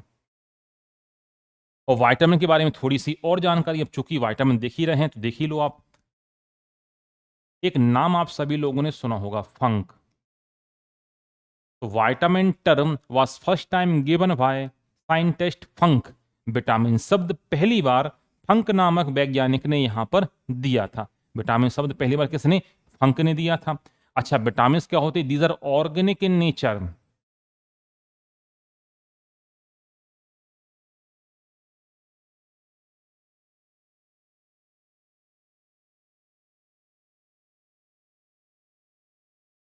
ये क्या होते हैं? ये होते हैं ऑर्गेनिक नेचर या कार्बनिक यौगिक होते हैं। कार्बनिक यौगिक का मतलब ही यही है क्या, कि मेड अप ऑफ कार्बन, ये कार्बन से मिलकर बने हुए होते हैं। और ज्यादा हाई टेम्परेचर यदि आप इनको दोगे, हाई टेम्परेचर में क्या होगा, आपको ब्लैक कुछ आपको कलर देखने को मिलेगा यदि हाई टेम्परेचर पे आप कोई भी चीज आप पका रहे हो, तो सारे के सारे वो क्या हो जाते हैं, सेचुरेट होके क्या हो जाते हैं, अलग हो जाते हैं। तो vitamin are organic in nature, इतनी बात बिल्कुल आप याद रखिएगा। अच्छा, एक दो बात और याद बता दूं मैं आपको, जो क्वेश्चन बनी भी है। विटामिन से किसी भी प्रकार की एनर्जी नहीं मिलती। एक बार क्वेश्चन पूछा कि विटामिन से कितनी एनर्जी मिलती, 4-5 ऑप्शन उसमें दिए थे। तो जो मल्टीपल विटामिन से किसी भी कैटेगरी के विटामिन से एनर्जी नहीं मिलती। ये काम करते हैं एज अ सील्डिंग इफेक्ट के तौर पे काम करते हैं। सील्डिंग इफेक्ट का मतलब यहाँ पे ये होता है, एक परिरक्षक प्रभाव की तरह क्या करते हैं, काम करते हैं। परिरक्षक प्रभाव का यहाँ पर मतलब ये है कि ये बीमारियों से हमें बचाने का काम करते हैं। इनकी कमी से ढेर सारी बीमारियां होती हैं, जो अभी हमने यहाँ पर देखी भी हैं। ठीक है, तो ये कहलाते हैं आपके क्या, विटामिन, जो बीच में हमने अभी फिर देख लिए। अब आगे बढ़ते हैं। जल में घुलनशील विटामिन की हम चर्चा कर रहे हैं, तो पहले हम विटामिन की हम बात कर लेते हैं, विटामिन B1। तो विटामिन B1 जिसे हम बोलते हैं क्या, थाइमीन के नाम से हम जानते हैं। देखो, हिंदी में भी लिखा है, इंग्लिश में भी लिखा है, और ढेर सारे नाम यहाँ पे लिखे हुए हैं। इनको तो आप चाहे छोड़ भी सकते हैं। Heat level factor, heat level vitamin भी होता है, क्योंकि हाई टेम्परेचर पे खत्म यहाँ पर हो जाते हैं, तो इसको जरूर याद रखना है। चलो, तो हम बात करते हैं कहाँ से हमें मिलेगा। तो ये हमें मिलेगा सीरियल्स, अनाज से मिलेगा, हमें बीन से मिल जाएगा, मीट मछली से मिल जाएगा, अंडे दूध से मिल जाएगा, लेवर से मिल जाएगा, और ईस्ट से इसकी हमें प्राप्ति हो जानी है। अब बात करते हैं विटामिन B1 की कमी से ये काम क्या करता है। तो जो शर्करा जो होती, शुगर का मेटाबॉलिज्म जो होता, उसके लिए ये रोल प्ले करता है। ठीक है, ये कभी डिटेल में मीन्स जब पूछता है ना, तो उसमें हमें बताना पड़ता है। कमी से रोग तो 50 बार क्वेश्चन पूछा गया है। कमी से रोग में आप देख सकते हो, रोग देखा हुआ कौन सा, बेरी बेरी। अच्छा, ये हिंदी अलग अलग लिखा, कोई दिक्कत नहीं। कमी से रोग जो आपको दिखाई दे रहा है, रोग का नाम क्या है, बेरी बेरी। और बेरी बेरी रोग जो होता है, ये किसकी कमी से होता है, ये विटामिन B1 की कमी से देखने को मिलता है। कुछ लक्षण यहाँ पे बताए गए हैं, उसके आपको दिखाई भी दे रहे हैं, जैसे भूख की कमी, मांसपेशियों में थोड़ा सा बोलना चाहिए कि कमजोरी टाइप आप बोल सकते हो, मांसपेशियों थोड़ी इनएक्टिव हो जाएंगी, निष्क्रिय हो जाएंगी, हेडेक जैसी समस्याएं यहाँ पर देखने को मिलती हैं। और लंबे समय तक यदि B1 की कमी रहती है, तो पैरालिसिस जैसी समस्याएं भी यहाँ पर देखने को मिल जाती हैं। ठीक है, पॉलीप्यूराइटिस उसका बेरी बेरी का एक और नाम यहाँ पर लिखा हुआ है। तो हमें याद ये रखना है, विटामिन B1 को बोला जाता है क्या, थाइमीन बोला जाता है। ये कॉमन सोर्स कुछ आप देख लो, अनाज हो गए, फलियां जो पल्सेस वाले आपको देखने को मिलेगी। इसके अलावा मांस, अंडे, दूध, लिवर, यकृत, यहाँ सब कहीं आपको मिल जाएगा विटामिन B1।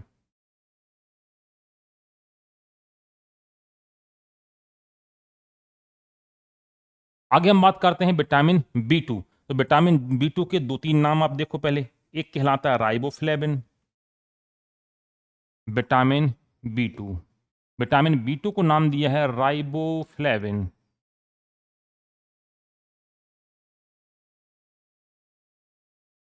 राइबोफ्लेविन, इसे एक नाम और दिया है, लैक्टोफ्लेविन।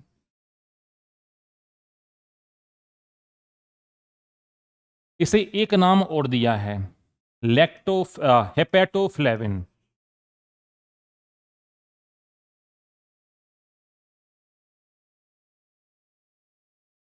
देखो, विटामिन B2 के ही ढेर सारे नाम हैं। कौन कौन से नाम हैं?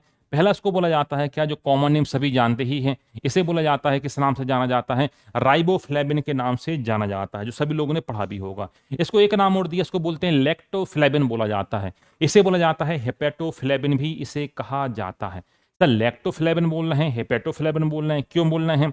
जहां भी शब्द आपको मिल जाए लैक्टो, तो लैक्टो का मतलब आप लगाइए कहां से, मिल्क, दूध। बहुतायत पाया जाता है, वो लैक्टोज शर्करा पाई जाती है, तो लैक्टोफ्लेविन। अगला हेपेटो, जहां भी आपको मिल जाए शब्द हेपेट, तो मेडिकल साइंस में हेपेट क्या कहलाता है, लिवर को बोला जाता है क्या, लिवर को बोला जाता है हेपेट कहा जाता है। तो जहां भी शब्द आपको देखने को मिले हेपेट, सो हेपेट मेडिकल साइंस में इसको बोला ही जाता है क्या, हेपेट को कहा जाता है क्या, हिंदी में आप इंग्लिश में आप बोलेंगे सो लिवर। तो यहां से एक टर्म बन जाएगा, यहां से एक शब्द बन जाएगा, ये आप शब्द का नाम है हेपेटोलॉजी। हेपेटोलॉजी देखिएगा, शब्द खुद चिल्ला चिल्ला के अपनी मीनिंग बता रहा है, क्योंकि आपको पता है कि मेडिकल टर्म हेपेट का मतलब क्या है, लिवर। तो मैंने शब्द क्या बोला, हेपेटोलॉजी। सो हेपेटोलॉजी का ही मतलब क्या, किसकी स्टडी करना, किसका अध्ययन करना, तो लिवर का अध्ययन करना। सो क्या कहलाता है, इसे बोला जाता है क्या, हेपेटोलॉजी कहा जाता है। तो मेडिकल टर्म जो आपको बताया है कौन सा, हेपेट। चूंकि लिवर में मिलता है तो नाम क्या दे दिया इसको, हेपेटोफ्लेबिन भी इसे नाम दिया जाता है। विटामिन बी2 की कमी से दो डिसीज या दो रोग आपको यहां पर देखने को मिलेंगे। पहला रोग आपको देखने को मिलेगा चीलोसिस, और दूसरा आपको देखने को मिलेगा ग्लोसिटिस। कमी से रोग आपको देखने को मिलेंगे। चीलोसिस में क्या होगा, जो चीलोसिस डिसीज जो होगी, जो लिप का जो मार्जिन जो होगा, होठ का जो किनारा होगा वो कटा हुआ रहेगा, और वहां से सीवियर ब्लीडिंग होती रहेगी, खून निकलता रहेगा। तो रोग को बोला जाता है क्या, इसे कहा जाता है चीलोसिस कहा जाता है। जबकि ग्लोसिटिस क्या होगा, ये जो वक्कल कैविटी होती, मुख गुहा होती है, अंदर वाली लाइनिंग में क्या होती है, यहां पर सीवियर इन्फ्लामेशन होता, तेज जलन होती है। सो इसे बोला जाता है क्या, इसे कहा जाता है ग्लोसिटिस कहा जाता है। तो दो रोग आपको देखने को मिलते हैं, पहला रोग होता है चीलोसिस और दूसरा रोग होता है कौन सा, ग्लोसिटिस डिसीज यहां पे आपको देखने को मिलेगी। तो विटामिन बी2 की कमी से आप देखो, नाम यहां पे लिखा है, एक लिखा हुआ लैक्टोफ्लेविन और दूसरा आप याद रखिएगा हेपेटोफ्लेविन। ठीक है, कहां से मिलेगा, सोर्स बड़े कॉमन सोर्स हैं, अंडे हो गया, दूध हो गया, ईस्ट हो गया, मांस हो गया, सब्जियां हो गई, यहां से आपको ये मिल जाएगा। तो यहां पे लिखा रोग के बारे में लिखा है, ये देखो चीलोसिस दिखाई दे रहा है आपको, और दूसरा लिखा है कहां पे, देखो हेपेटोसिस जो आपको यहां पर दिखाई दे रहा है। तो चीलोसिस और जो हेपेटोसिस जो होता है, सॉरी चीलोसिस और ग्लोसिटिस, हेपेटो बोल रहा हूं मैं, ग्लोसिटिस जो होता है, तो देखो लिखा हुआ जीभ में सूजन आना, मतलब जो वक्कल कैविटी जो होगी, जो मुख गुहा जो होगी, यहां पे सीवियर क्या होगी, जलन होगी। देखो ग्लोसिटिस ये लिखा है और चिलोसिस ऊपर लिखा है। ये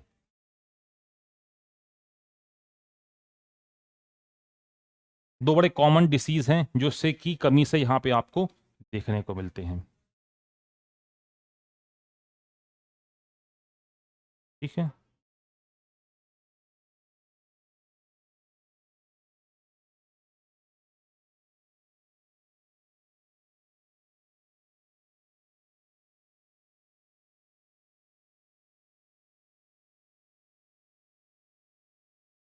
अगली बात करते हैं,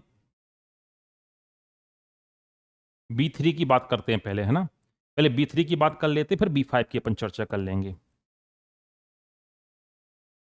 तो बात कर लेते हैं पहले बी3 विटामिन की, अपन चर्चा कर लेते हैं, फिर बी5 की बात कर लेंगे, चलेगा। तो बात करते हैं बी3। सो बी3 इसे पेंटाथेनिक एसिड के नाम से भी हम जानते हैं। सो बी3 क्या काम करता है, ये देखो आप, बी3 के बारे में सब बोला जाता है कि बी3 क्या काम करता, कमी से कुछ खास रोग तो नहीं होता है, इसे एक नाम और दिया, एंटी एलोपेसिया वाइटामिन भी इसे बोला जाता है बी3 को।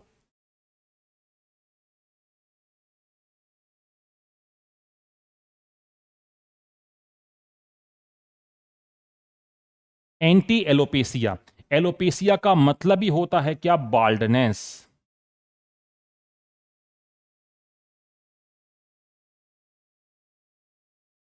हिंदी में से बोलते हैं क्या, गंजापन। तो बी3 के बारे में सब बोला जाता है क्या, कि बालों को काला रखने और गिरने से उसे रोकता है। तो उसे एक नाम और दे दिया गया है क्या, एंटी एलोपेसिया वाइटामिन भी इसे नाम यहां पर दे दिया है। देखो एक डिसीज भी लिखी है क्या, एंटी डर्मेटाइटिस दिखाई दे रहा है, डर्मा मतलब स्किन, एंटी मतलब रोकना, स्किन में इंफेक्शन को रोकने का काम करता है, इसलिए इसको एक नाम और मिला है ना, एंटी एलोपेसिया। एलोपेसिया का मतलब होता बाल्डनेस, गंजापन, और एंटी मतलब क्या, गंजापन होने से रोकना। तो नाम इसको क्या मिला है, एंटी एलोपेसिया वाइटामिन के नाम से भी इसे जाना जाता है। विटामिन बी3 सोर्स कॉमन है, आपका लिवर हो गया, इसके अलावा जो किडनी में स्टोर भी होता है ये, हाँ इसलिए किडनी भी यहाँ ऑप्शन में लिखा हुआ है।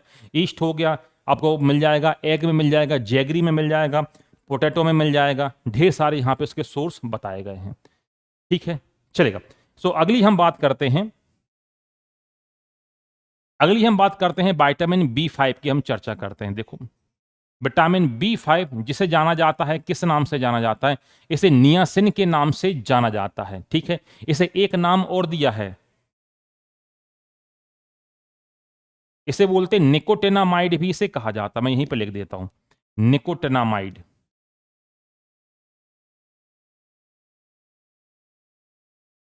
निकोटिनामाइड भी इसे बोला जाता है। इसे ही बोला जाता है निकोटिनिक एसिड। निकोटिनामाइड भी इसे बोला जाता है, इसे ही बोला जाता है कि निकोटिनिक अम्ल या निकोटिनिक एसिड इसे बोला जाता है। और बी 5 की कमी से होगा क्या? पेलेग्रा होता है। अब इसको एक नाम और दे दिया, पेलेग्रा प्रिवेंटिंग वाइटामिन। तो इसके बारे में थोड़ी सी जानकारी देखो। इसको आपने बोला बी 5,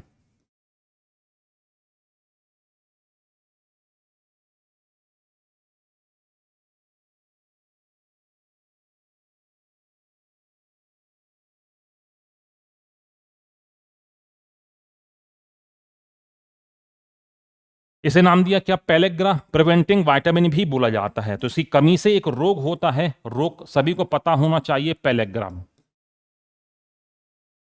और इस पेलेग्रा बीमारी जो होती है, पेलेग्रा डिसीज जो होता है, इसमें 3D सिंड्रोम होता है।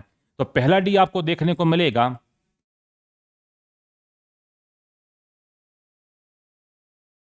डर्मेटाइटिस,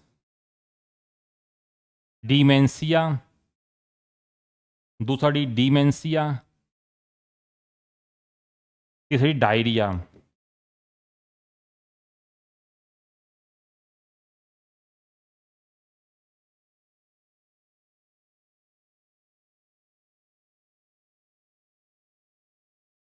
तो देखो, तो विटामिन बी 5 को बोला जाता है पेलेग्रा प्रिवेंटिंग विटामिन बोला जाता है।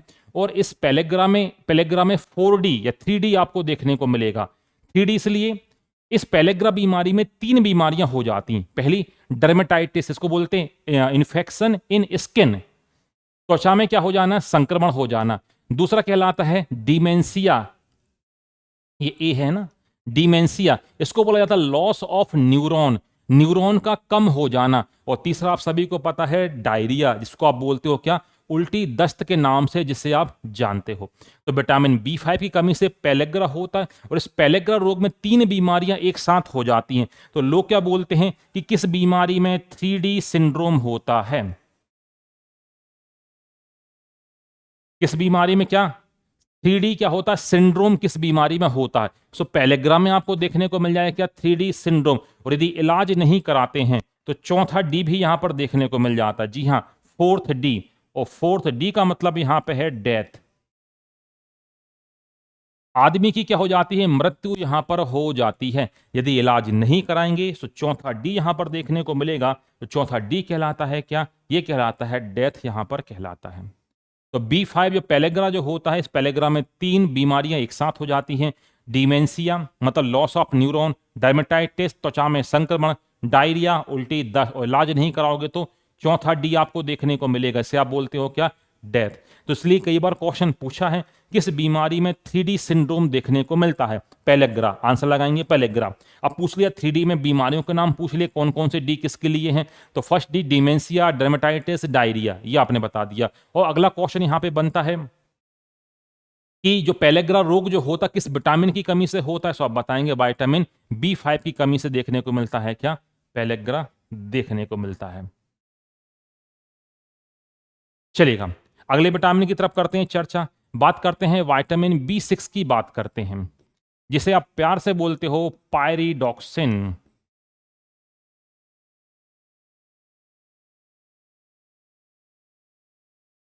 2-3 नाम और मिले इसको, उसको बोलते हैं पायरिडॉक्सल भी कुछ लोग बोल देते हैं, पायरिडॉक्सल। इसे एक नाम और मिला, पायरिडॉक्सनामाइन।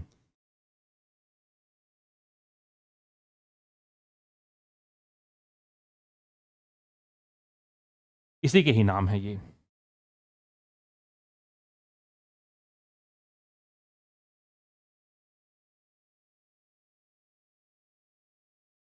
पायरिडॉक्सन, पायरिडॉक्सल, पायरिडॉक्सनामाइन, ये क्या काम करता है? तो विटामिन बी 6 का काम यहां पर होता है क्या? Maturation of RBC.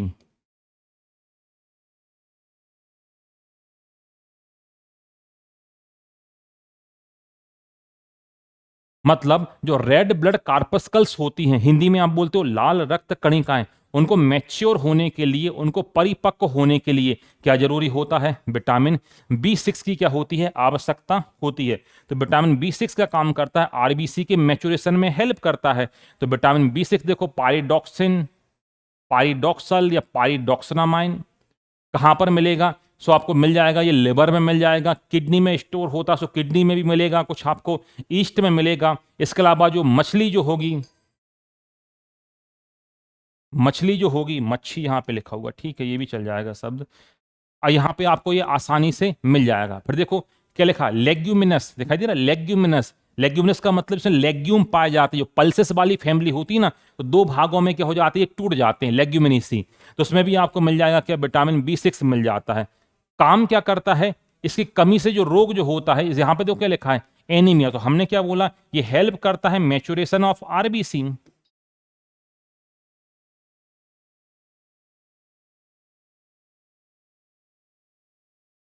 मतलब लाल रक्त कणिकाओं के क्या परिपक्वन में सहायक। लाल रक्त कणिकाएं जो होती हैं, उनके मैच्योरेशन में या उनके परिपक्वन में ये क्या होता है? ये सहायक होता।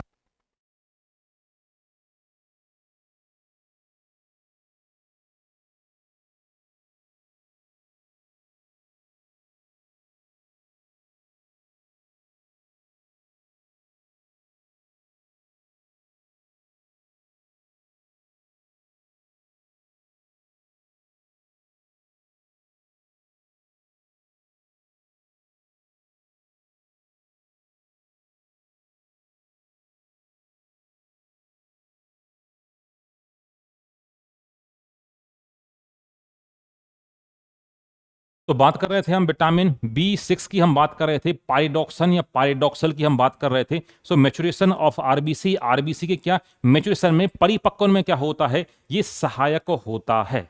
ठीक है, चलें आगे देखते हैं। आगे विटामिन बी 12, अच्छा बायोटिन भी है। चलो एक विटामिन और देख लो, विटामिन एच, जिसे किस नाम से, बायोटिन के नाम से भी यहां पर जाना जाता है। सो बायोटिन, या इसी को ही आप बोल देते हैं क्या, विटामिन एच के नाम से भी इसे आप जानते हैं।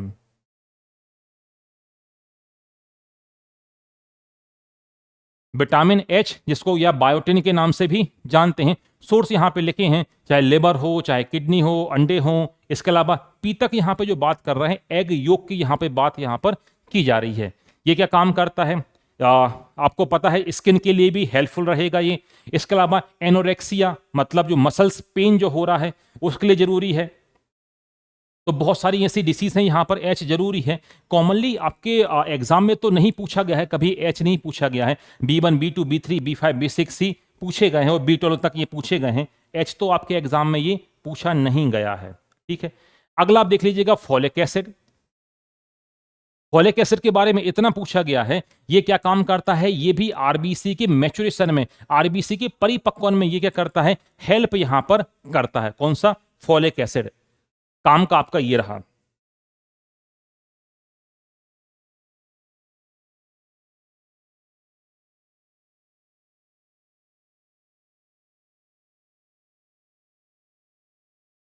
काम का आपका रहा विटामिन कौन सा? Vitamin B 12। विटामिन बी 12 जिसको जाना जाता है साइनो कोबाल एमाइन।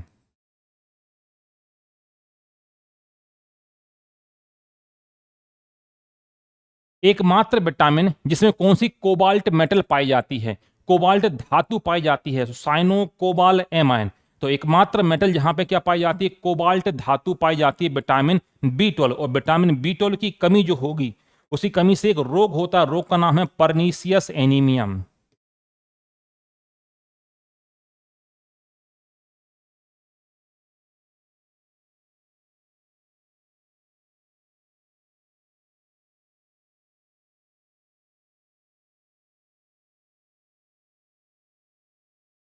रोग का नाम कौन सा है? Pernicious anaemia. तो विटामिन B12 की कमी से आपको ये देखने को मिलता है। और स्पेसिफिक एक एल्गी होती है, इस एल्गी का नाम है स्पाइरुलिना।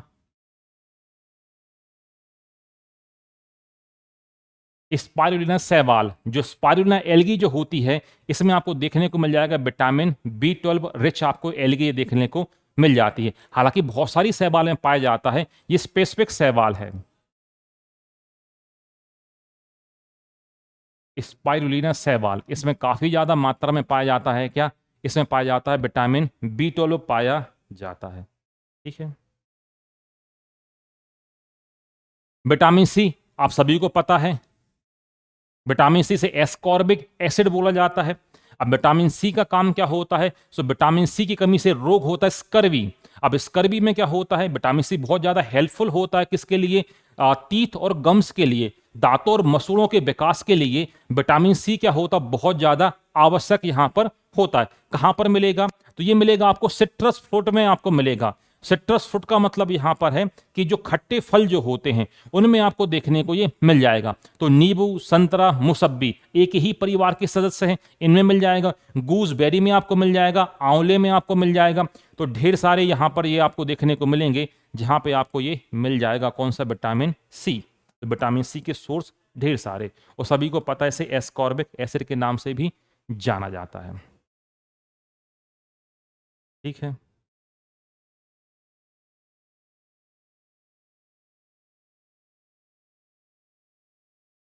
चलेगा। अब कुछ खनिज की बात भी कर लेते हैं, कुछ खनिज के उपयोग। ठीक है। सो हम बात कर रहे हैं सबसे पहले किसकी, आयरन की हम बात कर लेते हैं। तो आयरन का सबसे बढ़िया यूज कहां पे होता है, क्या आरबीसी के मैच्योरेशन में या आरबीसी को बनाने के लिए ये आयरन क्या होता बहुत ज्यादा जरूरी होता है। इसकी कमी से आपको देखने को क्या मिलेगा, एनीमिया आपको देखने को मिलेगा। एनीमिया मतलब deficiency of haemoglobin in the blood level, रक्त के लेवल पे क्या हो जाना, इसकी कमी हो जाना। अगला कैल्शियम, आप सभी को पता है कैल्शियम किसके, दांतों और हड्डियों के विकास के लिए क्या होता है, बहुत ज्यादा जरूरी होता है। कहां पर मिलेगा, दूध, अंडे आपको मिल जाएगा। यहां अच्छा सोर्स एक और लिख लो, लाइम, जिसको आप बोलते हो क्या, जिसे आप बोलते हो चूना। लाइम में भी आपको अच्छा खासा मिल जाएगा क्या, कैल्शियम आपको यहां पर मिल जाना है। तो कैल्शियम जैसा कि आपने देखा कहां पर, चूने में सबसे ज्यादा मिलेगा। तो कैल्शियम ऑक्साइड ही क्या है आपका, चूना है। इसके अलावा यही वो खनिज है जो किसके लिए काम आता है, अभी मैं जो क्वेश्चन आपसे पूछ रहा था ना कि कोगुलेशन ऑफ ब्लड, रक्त का थक्का जमाने में कौन जरूरी है, तो यही वो कैल्शियम महोदय हैं जो जरूरी थे। अगला फॉस्फोरस। तो जो बोन्स जो होती हैं, हड्डियां जो होती हैं, कैल्शियम के अलावा दूसरा खनिज कौन सा, फॉस्फोरस, इनके लिए क्या होता है, बहुत ज्यादा जरूरी होता है। तो हड्डी और दांतों के निर्माण के लिए जरूरी है। मसल्स कॉन्ट्रैक्शन, मांसपेशी संकुचन के लिए भी क्या होते हैं, ये आवश्यक होते हैं। सोर्स कॉमन है लगभग, दूध, अंडे, मांस, मछलियां, इन सभी में आपको मिल जाना क्या, तो आपको मिल जाना है फॉस्फोरस। अगली बात करते हैं सोडियम। सोडियम का मैं फंक्शन ऐसे याद कराता हूं, मैं बोलता हूं जब किसी को बीपी हाई होता है, ब्लड प्रेशर हाई होता है, तो डॉक्टर क्या बोलता है कि आपको नमक कम खाना, बीपी क्या है, हाई है, सो नमक क्या खाना है, कम खाना है। इसका मतलब ये जो कार्डियक मसल्स जो हैं, कार्डियक मसल्स, हृदय की मांसपेशियों को ये स्टिमुलेट करने का काम करता है कौन, सोडियम। आ रही बात समझ में। तो मसल्स कॉन्ट्रेक्शन के लिए क्या है, बहुत ज्यादा जरूरी है। तो अब देखो वही लिखा हुआ है, शरीर के जितने भी लिक्विड हैं उसमें कंपोजिशन में जरूरी होता है। तंत्रिका में आवेगों का संचरण, मतलब जैसे मैंने यहां पे टच किया तो ये सिग्नल कहां तक पहुंचा, ब्रेन तक पहुंचा। तो तंत्रिकाओं में जो आवेगों का जो संचरण जो हो रहा है उसके लिए भी क्या जरूरी होता है, सोडियम आवश्यक है। फिर आप देखो पोटेशियम। तो सोडियम और पोटेशियम दोनों ही आवश्यक होते हैं मसल्स में, क्या, तंत्रिकाओं में आवेगों के संचरण के लिए। और सोर्स बड़े कॉमन से लिखे हुए हैं, और यहां पे नीचे भी आप देख सकते हो बहुत महंगे महंगे सोर्स भी यहां पे लिखे हुए हैं। एवोकाडो भी लिखा हुआ है, बनाना लिखा हुआ, बहुत महंगा मिलता है ये तो। बहुत सारे सोर्स यहाँ पे आपको देखने को मिल जाएंगे। आयोडीन सभी को पता है थायरोक्सिन हार्मोन के निर्माण के लिए क्या होता है, जरूरी। तो सबसे अच्छा कहां पे मिलेगा, आयोडीन युक्त नमक में मिलेगा आपको। ये आपको मिलने वाला है कहां पे, आयोडीन युक्त नमक में आपको मिलने वाला है। आयोडीन युक्त सोर्स इसका बहुत अच्छा सोर्स है। इसके अलावा एक शैवाल होती है, मैं लिख देता हूं, लेमिनेरिया।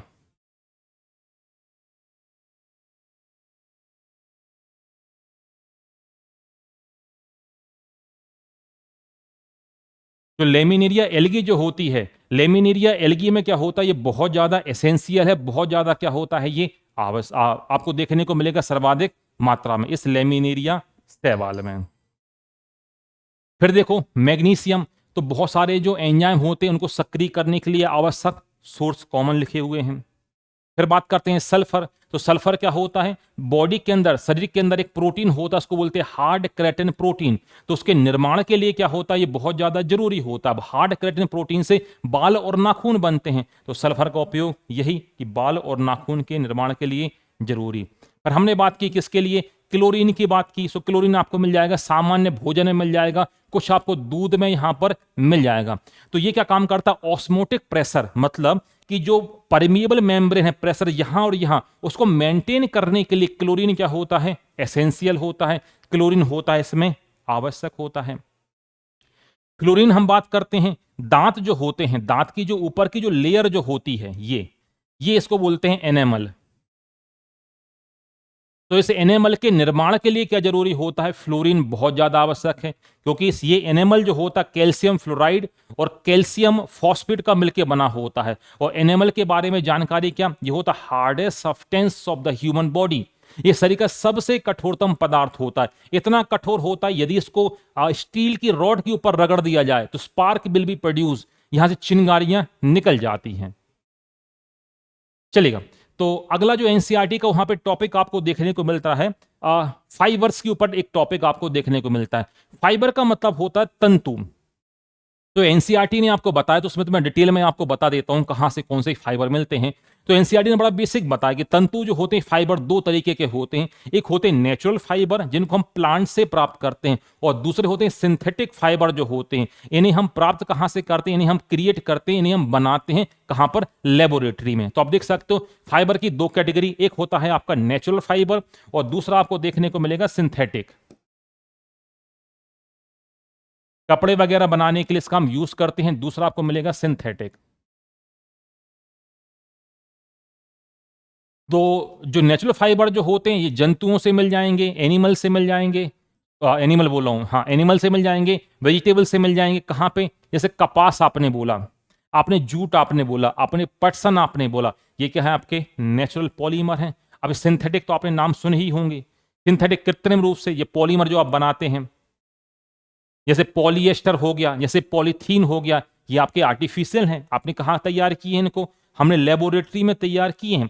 तो ऐसे पॉलीमर जो हमें जीवों से या पौधों से मिल जाएं उनको बोलते हैं नेचुरल पॉलीमर, या नेचुरल बोल सकते हैं फाइबर, जो तंतु वहां से मिल रहे हैं। और कुछ तंतु ऐसे जो हम क्रिएट कर रहे हैं, हमने नायलॉन बनाया, हमने नायलॉन 6 हमने बनाया, ये हमारे क्या, ये सिंथेटिक पॉलीमर, इनको हम लेबोरेटरी में क्या करते हैं, तैयार करते हैं। जैसे आपने बोला ऊन, तो ऊन क्या होता है, वो सेल्यूलोज होता है, जिसकी प्राप्ति किससे हो जाती है, एनिमल से यहां पर इसकी प्राप्ति हो जाती है। ठीक है, और देखो लास्ट में जो मैं आपको बता रहा था क्या, केमिकल रिएक्शन जो मैंने बीच में आपको बताई थी, हाँ लिखा हुआ है, देखो रिवर्सिबल रिएक्शन और इरिवर्सिबल रिएक्शन के ऊपर। तो रिवर्सिबल रिएक्शन मैंने आपको बताई थी, रिएक्टेंट से प्रोडक्ट बन जाए और प्रोडक्ट से फिर से रिएक्टेंट बन जाए, क्रियाकारक से उत्पाद, उत्पाद से क्रियाकारक। तो इन दोनों में अब लिखे हुए हैं क्या अंतर, यहां पर लिखे हुए हैं कि उत्क्रमणीय अभिक्रिया और अनुत्क्रमणीय अभिक्रियाओं में अंतर। अब यहां पे आपके एनसीईआरटी में तो बहुत बेसिक सा था कि उसमें केवल डेफिनेशन बस बताई गई थी, कौन होते हैं उत्क्रमणीय रिवर्सिबल और कौन होते हैं अनुत्क्रमणीय। यहां पर मैं दोनों के बारे में थोड़ा सा डिटेल में अंतर मैंने आपको बता दिए।